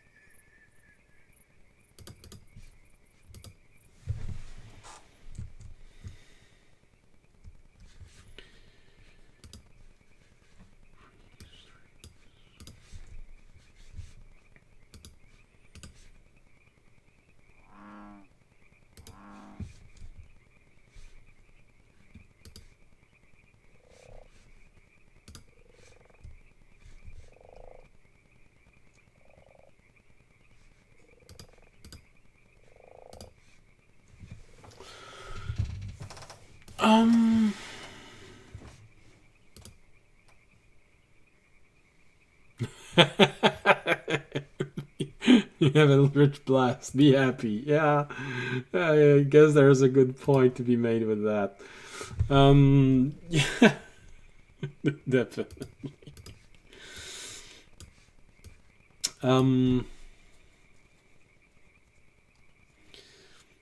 They intentionally made the warlock different in those situations because they wanted the challenge to be different. So there are things that you don't need to worry about for this.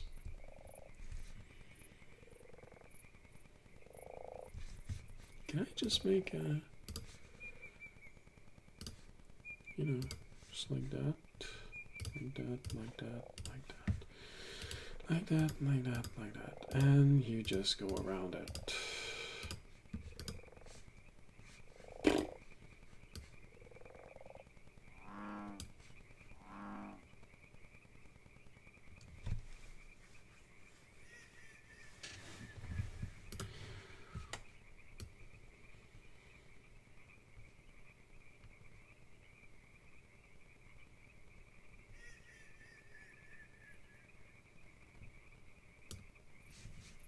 Like that. I think that's good. Just add a few trees.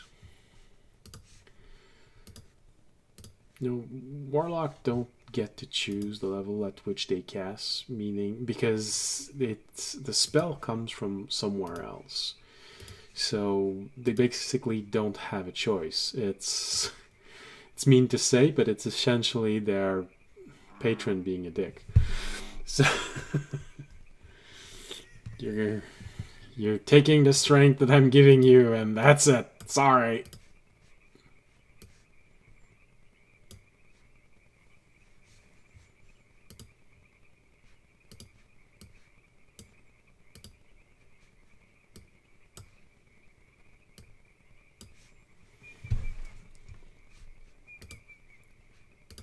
So there's an in-game excuse for why a warlock would always be stuck casting it at the spell level that it's gonna come out.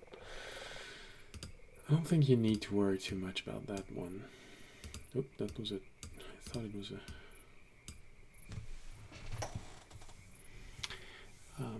the ones that you need to think about are wizard, priests, druids, sorcerers, and bards.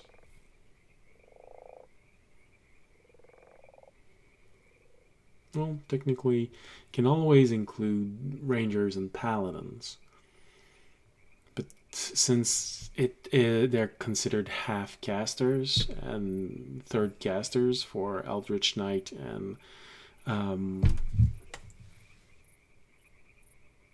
how are they called again? Arcane Tricksters. There would be a interesting case to be made that they're not expert spellcasters, so they can't cast as fast. They're not as used to playing with the magical currents as a wizard, a priest, or first line casters. So you can always have it like this.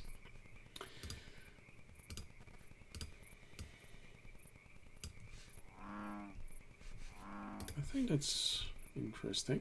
I think that adds something here. Yeah.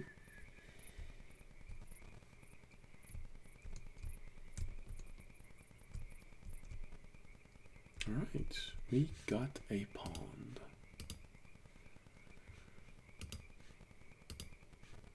Alright. We got number 1 done. We got number 2. That's a bit of a bigger village.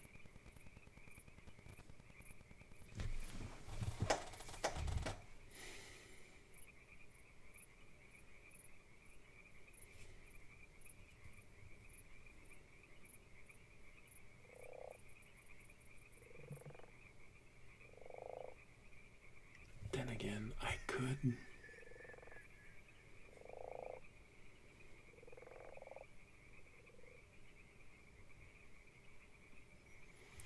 One, two, three, four. If I remove this one,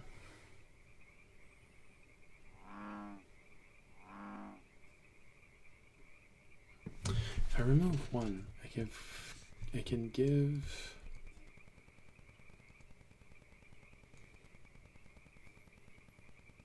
more space to another one. I don't know. I think this one feels okay.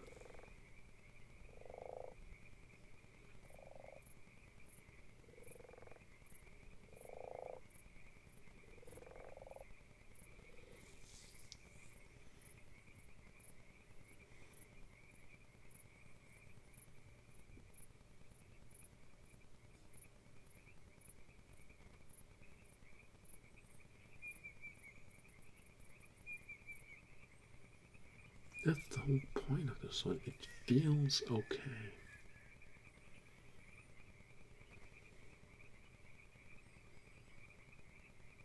Let's go with another one. Okay.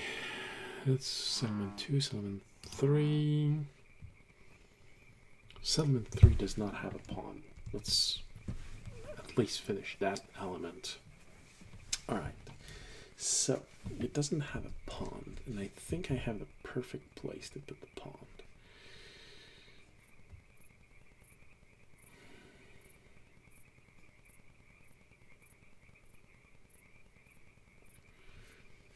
So we have, if I place it here,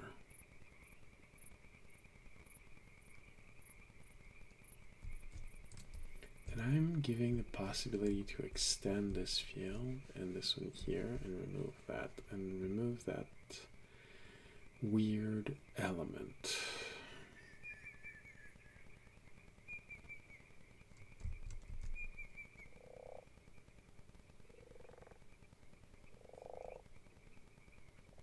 I think that's what I'll do.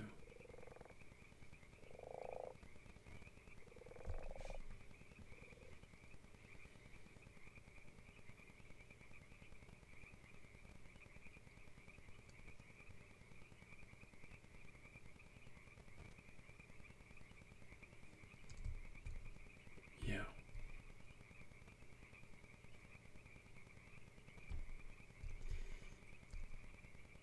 Okay, let's try this.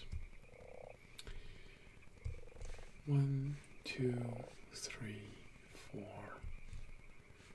5, 6. This one here, we got 1, 2, 3, 4, 5. Yeah, 1, 2, 3, 4,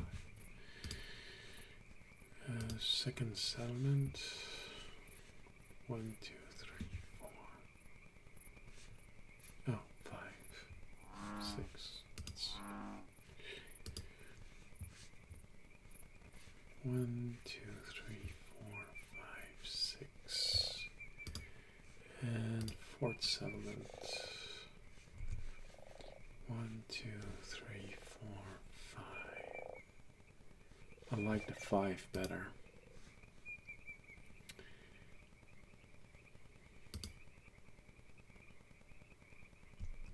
So, I hope all of this conversation has helped you progress in your desire to overhaul the initiative system.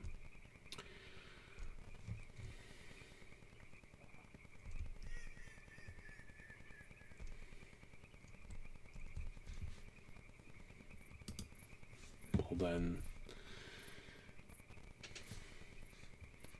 it is a good thing.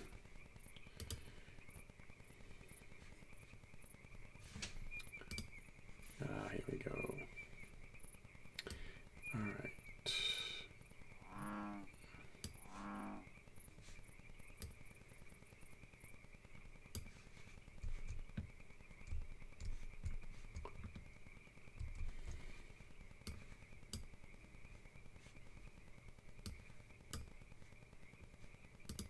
I don't need this one here,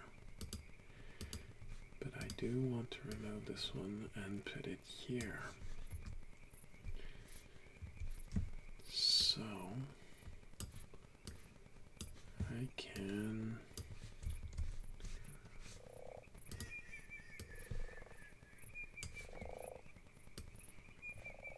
I need another one.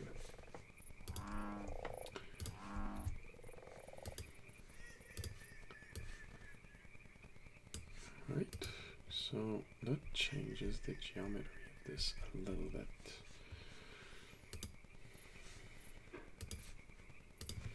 We don't need these trees.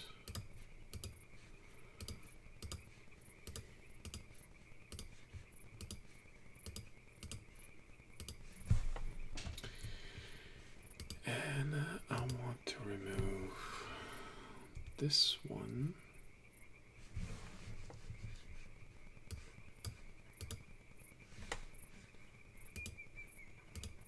This field.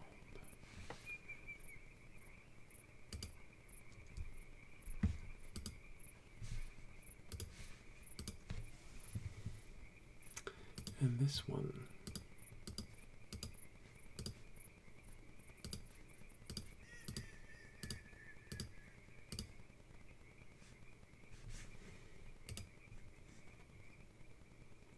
Make an attack roll against something. You need to be engaged with it, melee, or aim at it, ranged, both of which have an initiative cost of d4 d4 to be revised with balancing is how many initiatives, how many ticks you have after the round starts before you attack.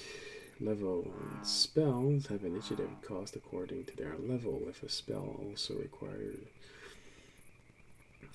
a range attack roll, you can roll the aim same time as you cast the spell.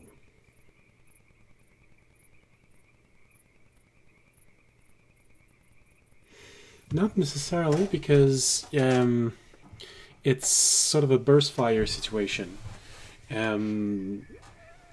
Just like magic missile. You cast it and it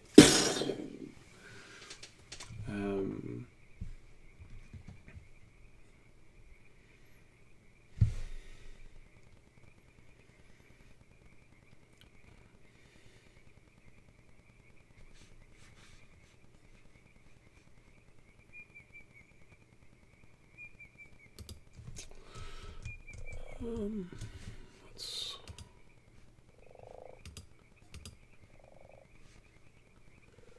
reopen settlement 3.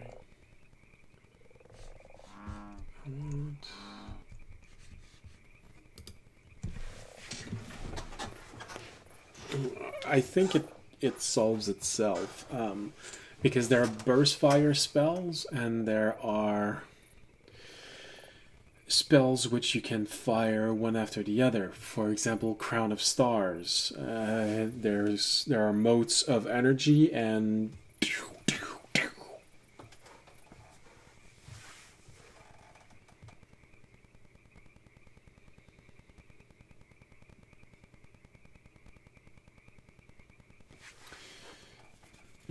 yeah.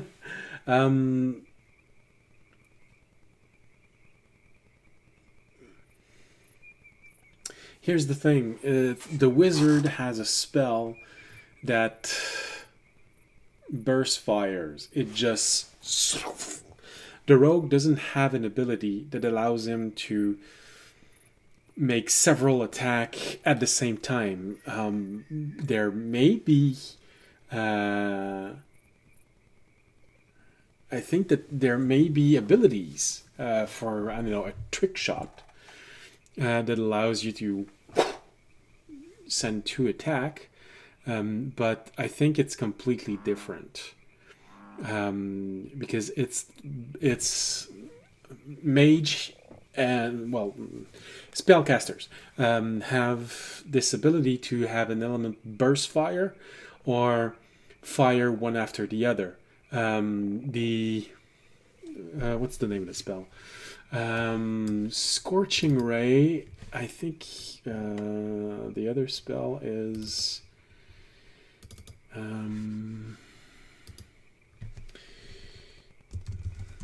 minute meteor. I think Melf minute meteor. You create 6 tiny meteor in your space that floats in the air, and so it's the difference between Melf minute meteor and scorching ray. Melf minute meteor forces you to retake aim after each attack, which would fall just like a bow or an arrow.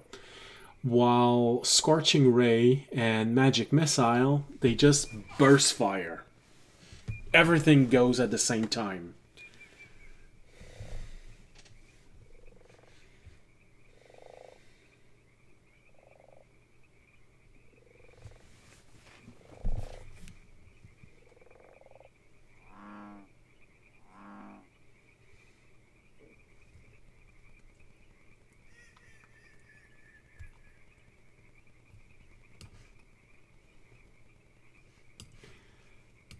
Okay, let's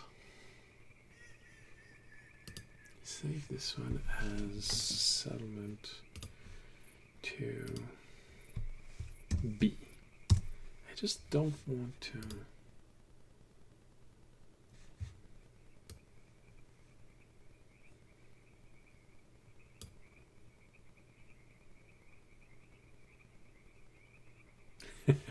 No, I don't think you supercharged it because it already existed like this before. It already is something that you target multiple enemy at once. The spell's already there. It's already supposed to be one of its ability that is interesting. It specifically targets several people, just like magic missile. It just and you can target multiple person all at once. Um, if you want to try it and justify it better, more chain lightning. You're not gonna retarget with every bounce that chain lightning has. It's one of its appealing quality. It just chain strike. The spell was conceived to have that element of, oh, everything goes at the same time.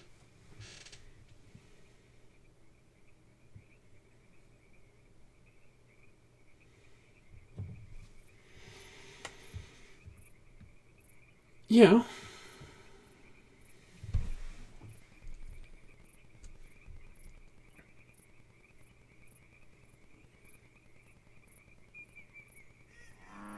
But the element is there even in normal gaming.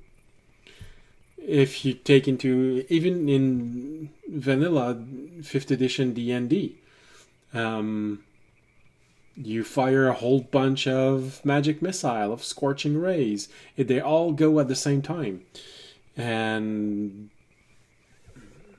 even though the fighter can attack more, he doesn't have that element of burst fire, except with the ranger, because they do have barrage,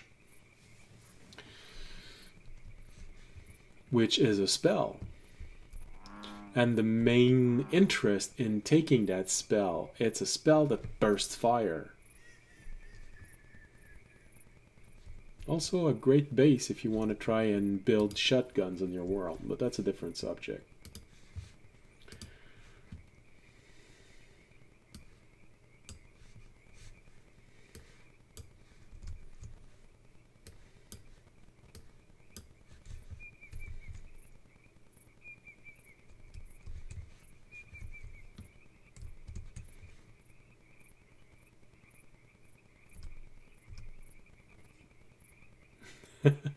No, you're absolutely right to compare them.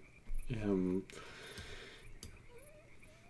Balancing can sometimes reveal problems, and it is absolutely important to solve those problems. To not just say, "Oh, it's okay. It's gonna sort themselves. It's gonna sort itself, and no one's gonna say anything." That's how you start problem, and you are absolutely right. It is very important to always consider that element of, am I stealing something from someone else?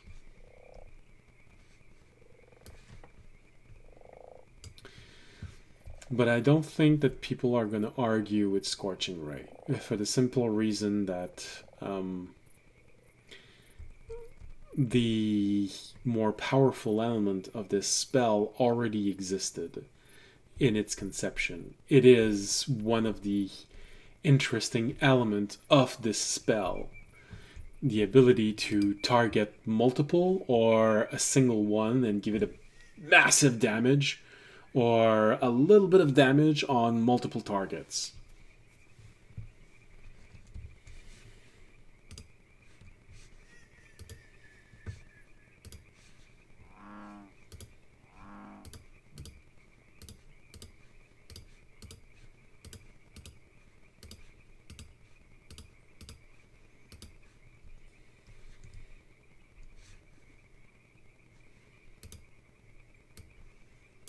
Essentially, it's a targeted area effect spell.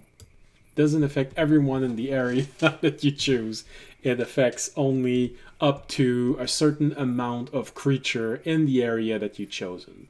And the damage is spread out between them. It's essentially how it translates.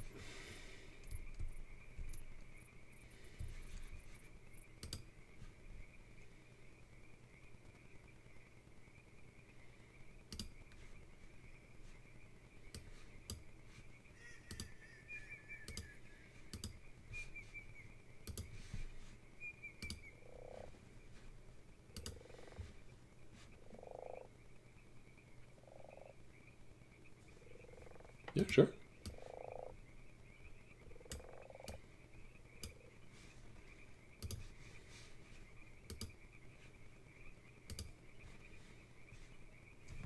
Ah, no. Undo. It's not that I want to grab. It's this.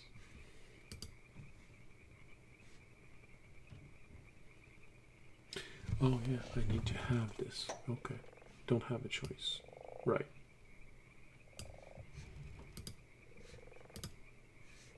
Like this.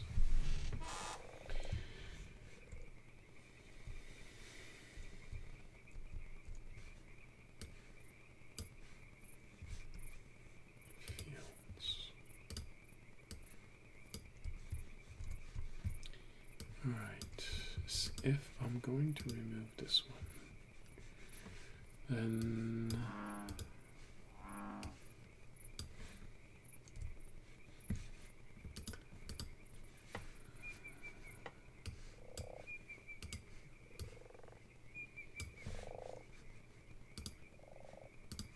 remove that.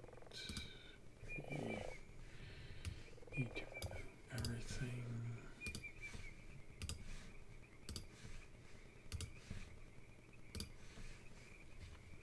Oh.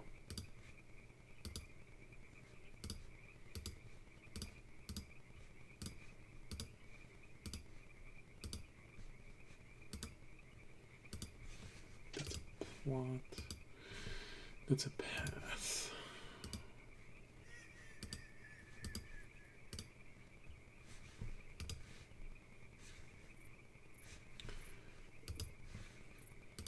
And remove that, and we remove that. Oops, we can't remove that.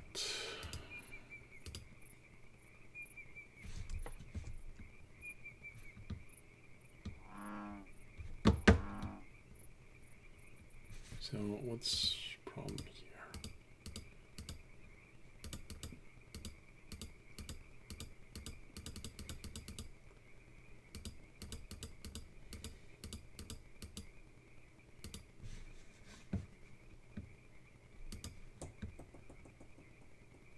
Oh damn, it removed the entire road.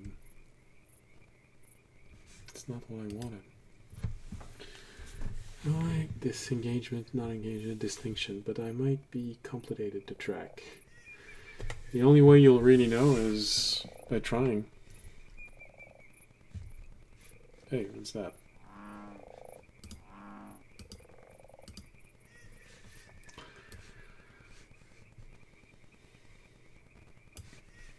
It's part of the balancing element, really.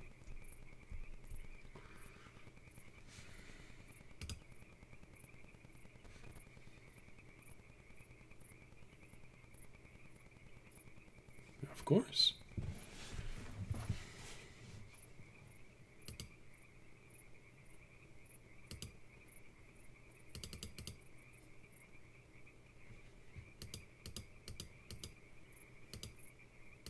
It's one of the interesting elements of talking about what you're doing with someone. It helps you to put things into perspective and think about new elements. So, absolutely.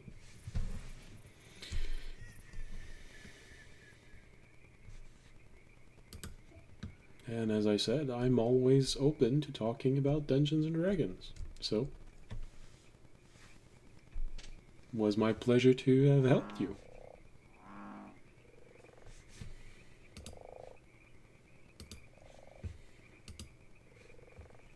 Oh, any game system, really.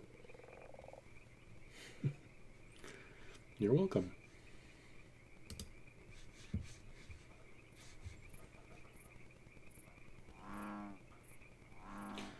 Oh.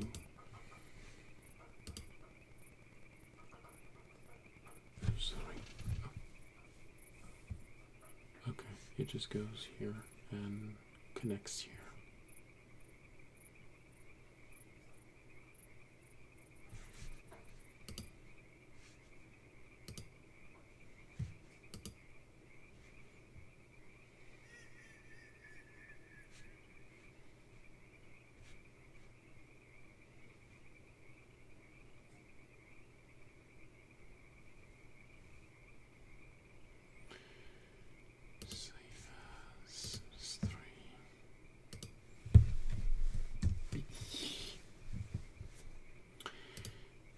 Okay.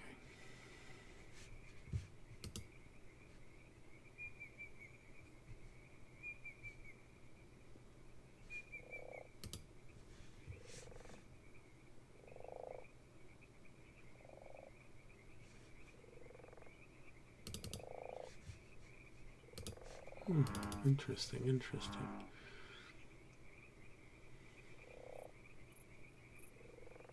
Can I get access to that? I think I might be interested in opening the autosave.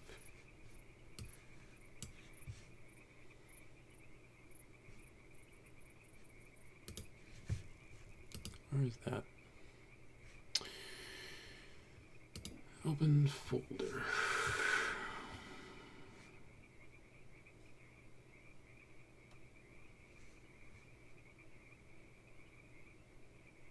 Where is that?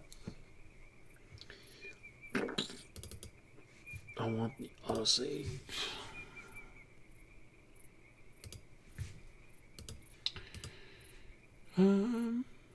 Open.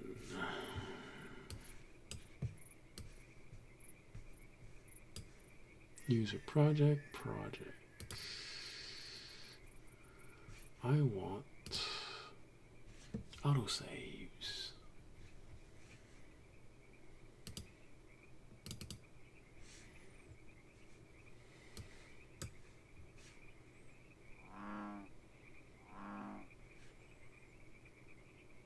Which is the first one? Alright, I'll open this one.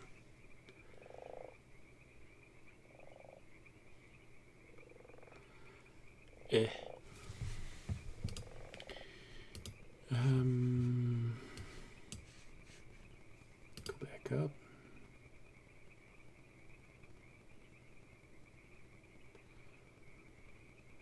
You can attack that opponent and some things that prevents the opponent from moving easily, like an opportunity attack, but better. Not engaged should be thought of as the default. Benefit of being engaged. Well, you pay less tax. Sorry, that was an easy one. Sorry. You can attack that opponent and something that prevents the opponent from moving easily, like an opportunity attack, but better.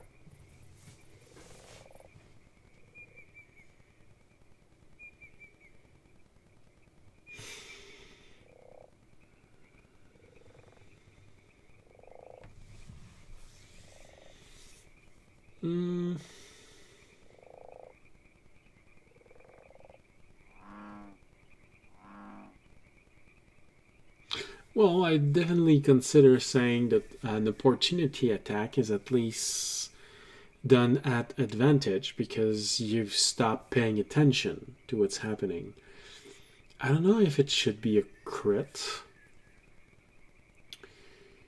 If someone... Oh, okay, there's an argument to be made for a crit also. Depending on how the other person moves away. Because if they show you their back, then yeah, that there's definitely a chance of critting there.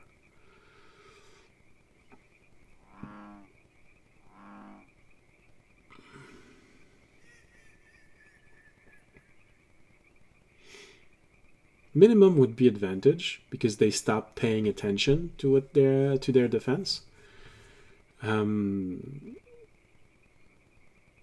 But there's an argument to be made for a crit.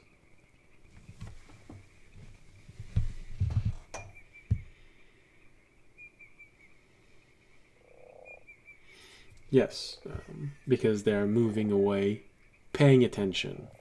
But that is an action that counts in the initiative. Meaning that you can't do it movement.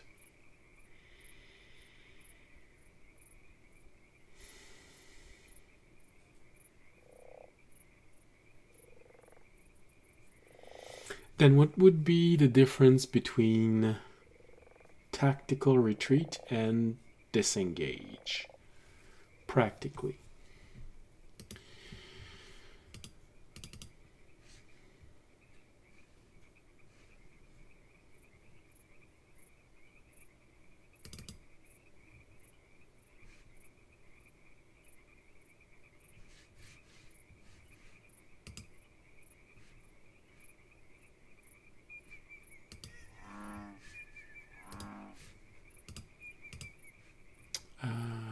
Open.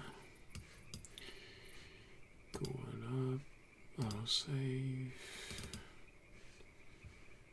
Let's go with this one.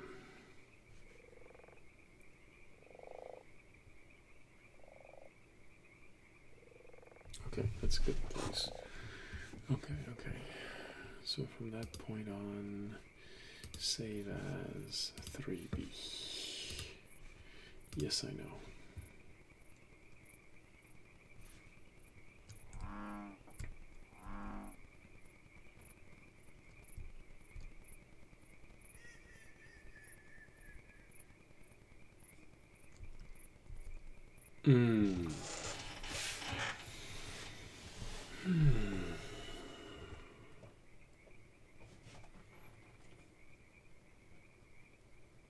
Okay, so essentially, if someone just decides to leave combat, then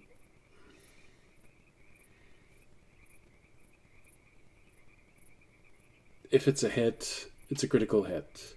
If they take the disengage action, they don't actually. It's not a crit, but they still get an opportunity attack. And if they retreat, tactical retreat, then the tactical retreat becomes what disengage was. Some player might find it confusing, but I understand what you're going for.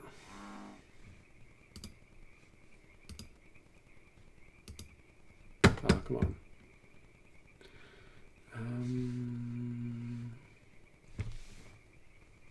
It's in house. Here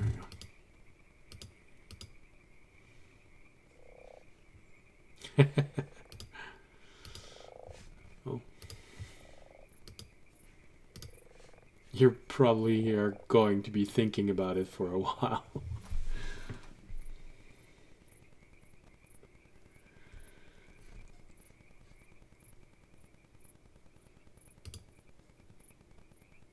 Yeah. But that's a mechanic that's harder to play with because there are already solutions that helps for that abilities of some classes, so which indicate a clear desire to create greater critical strike with some classes. That if you try to readjust them, you'll get some pushback. I think it's the barbarian that gets additional damage dice when they try to when they make a critical strike. So if it's 3D, if it's 2d6, then it becomes 3d6. Because the ability already exists. Now you're gonna get people who are gonna complain.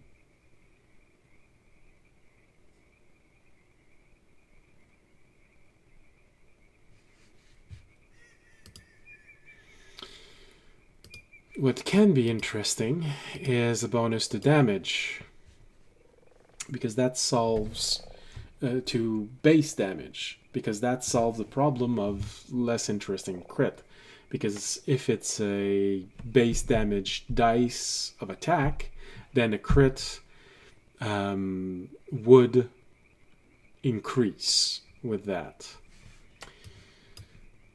But now you're starting to play with very established rules. And the more you play with that, the more people are gonna complain about it.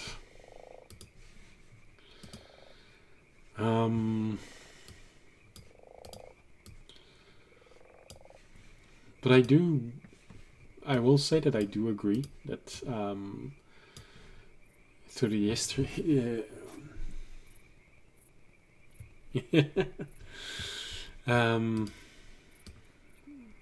but I do agree that fighters have lost a lot.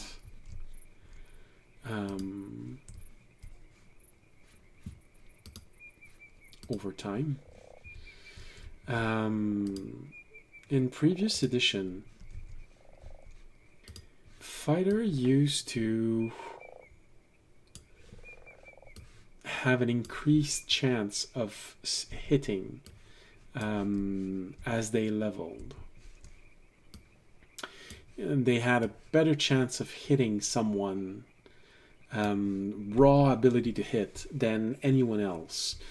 They would evolve much faster, which was on its own something that was interesting, that made them more interesting than any other class.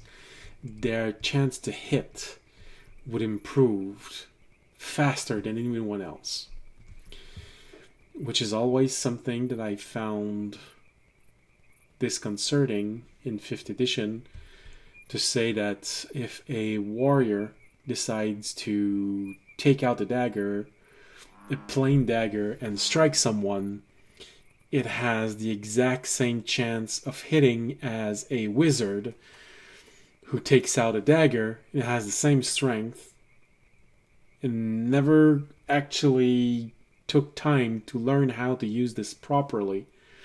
He has the same chance to hit and will do roughly the same amount of damage as the warrior. The two of them together always felt weird for me. I understand the decision, I just don't completely agree with it.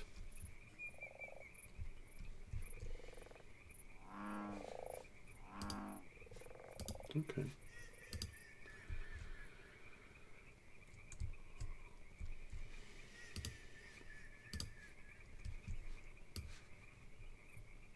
So, like this. Again.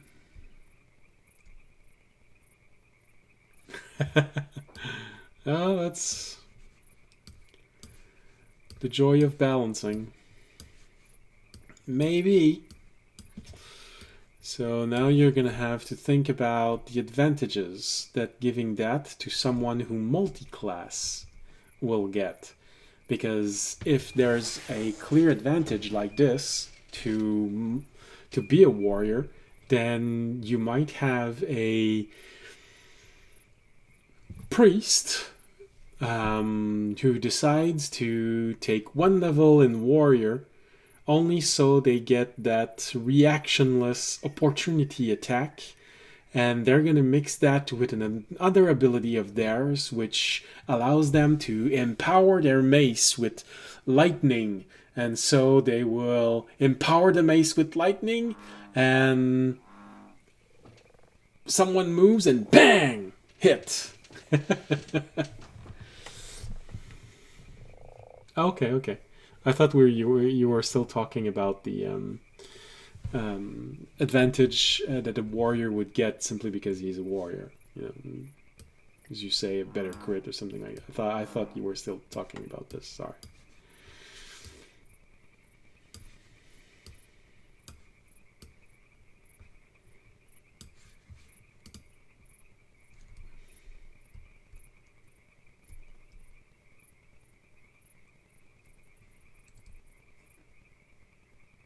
I think that can actually work. We put the pond here.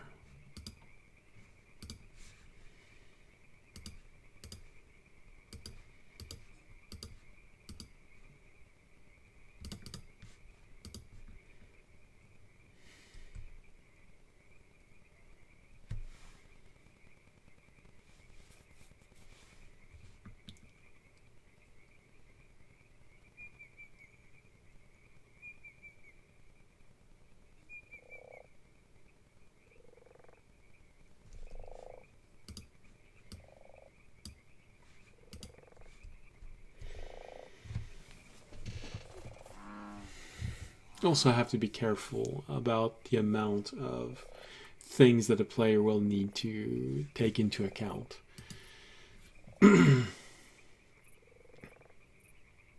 If he has a different initiative for each person that he engaged, he might find this a lot.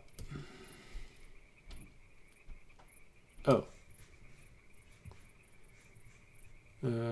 No, that's not what I want. Undo. No!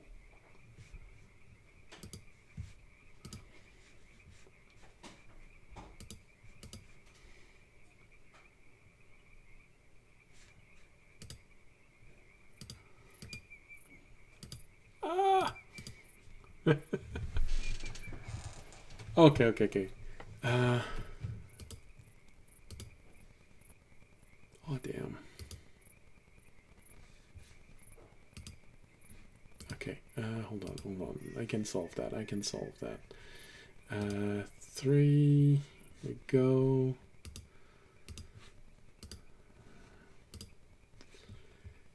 58.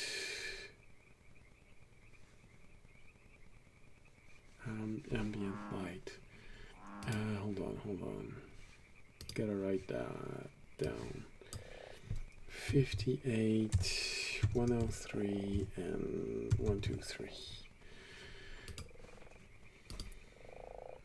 Oh, 3B. If a rogue would roll, so if a rogue would go on a 1 and they roll a 3, now they got a 4, and then they roll a 2 for the next roll. They got a 6, and they got a 7, which is skipping around and going on 1. Okay. Now the thing that I want to warn you about is you, as a dungeon master, are going to have to take into account all of those little things. Are you giving yourself too much work? You also have to think about that.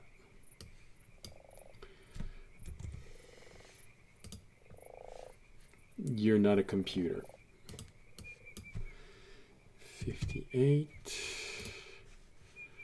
103, and the last one was 1, 2, 3.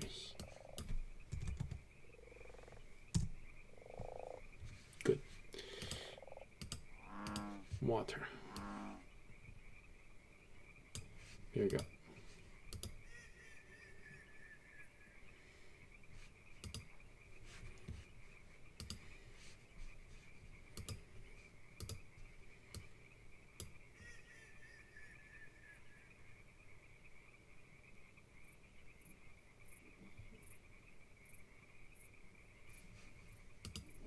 So long as you're confident that you can manage all of that, then yeah.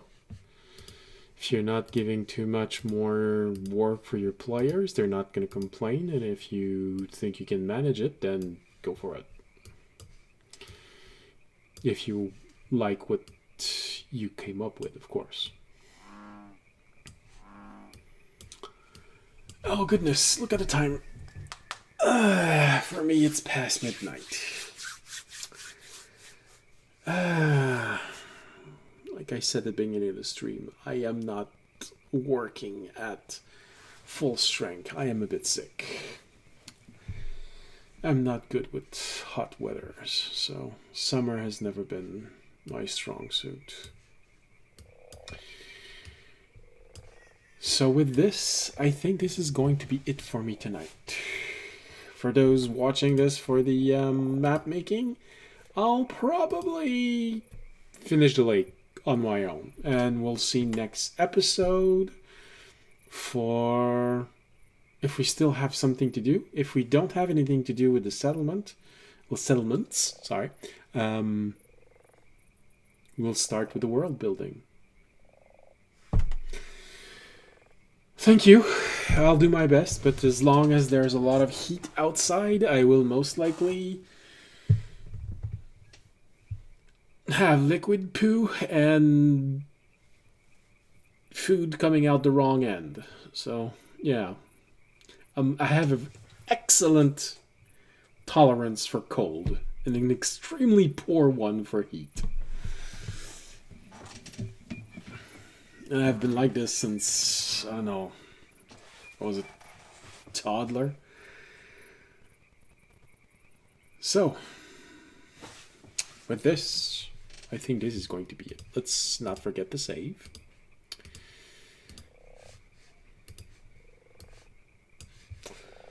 And end today's episode on this. So, thank you for stopping by. Thank you, Bobbycus, for being here. Always a pleasure to see you. Thank you for the conversation.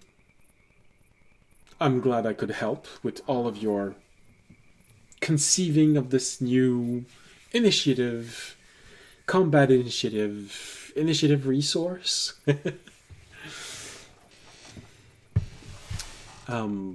Creation. And for those who are here because of Dungeons and Dragons, live campaign, and map making, schedule is the same as it's been for the last few years. Live campaign on Wednesday, 7:30 Western Coast time. We have a rebroadcast if you live on the Eastern Coast at 7:30 Eastern Coast time. And between the two, map making and world building at 9:30 Eastern Coast time, because that's the coast on which I live. And that's about it. That's everything I can say. Hope you had a pleasant whatever part of the day it is, wherever you are in the world. Hope you found what you were hoping to find by coming here. If you enjoyed, remember there's multiple ways to support. Got Twitch, Twitter, YouTube, Patreon, a link for donation. So go nuts if you want to support in any way. If you can't use any of those, but you still want to support, there's a very free thing you can do that always helps and is nearly effortless, and that's simply spreading the word of the channel. So yeah, I think that's it. A little campfire sound for the for leaving this for tonight. And that is it. Thank you. See you next week. And as always, stay safe and stay healthy. Good night.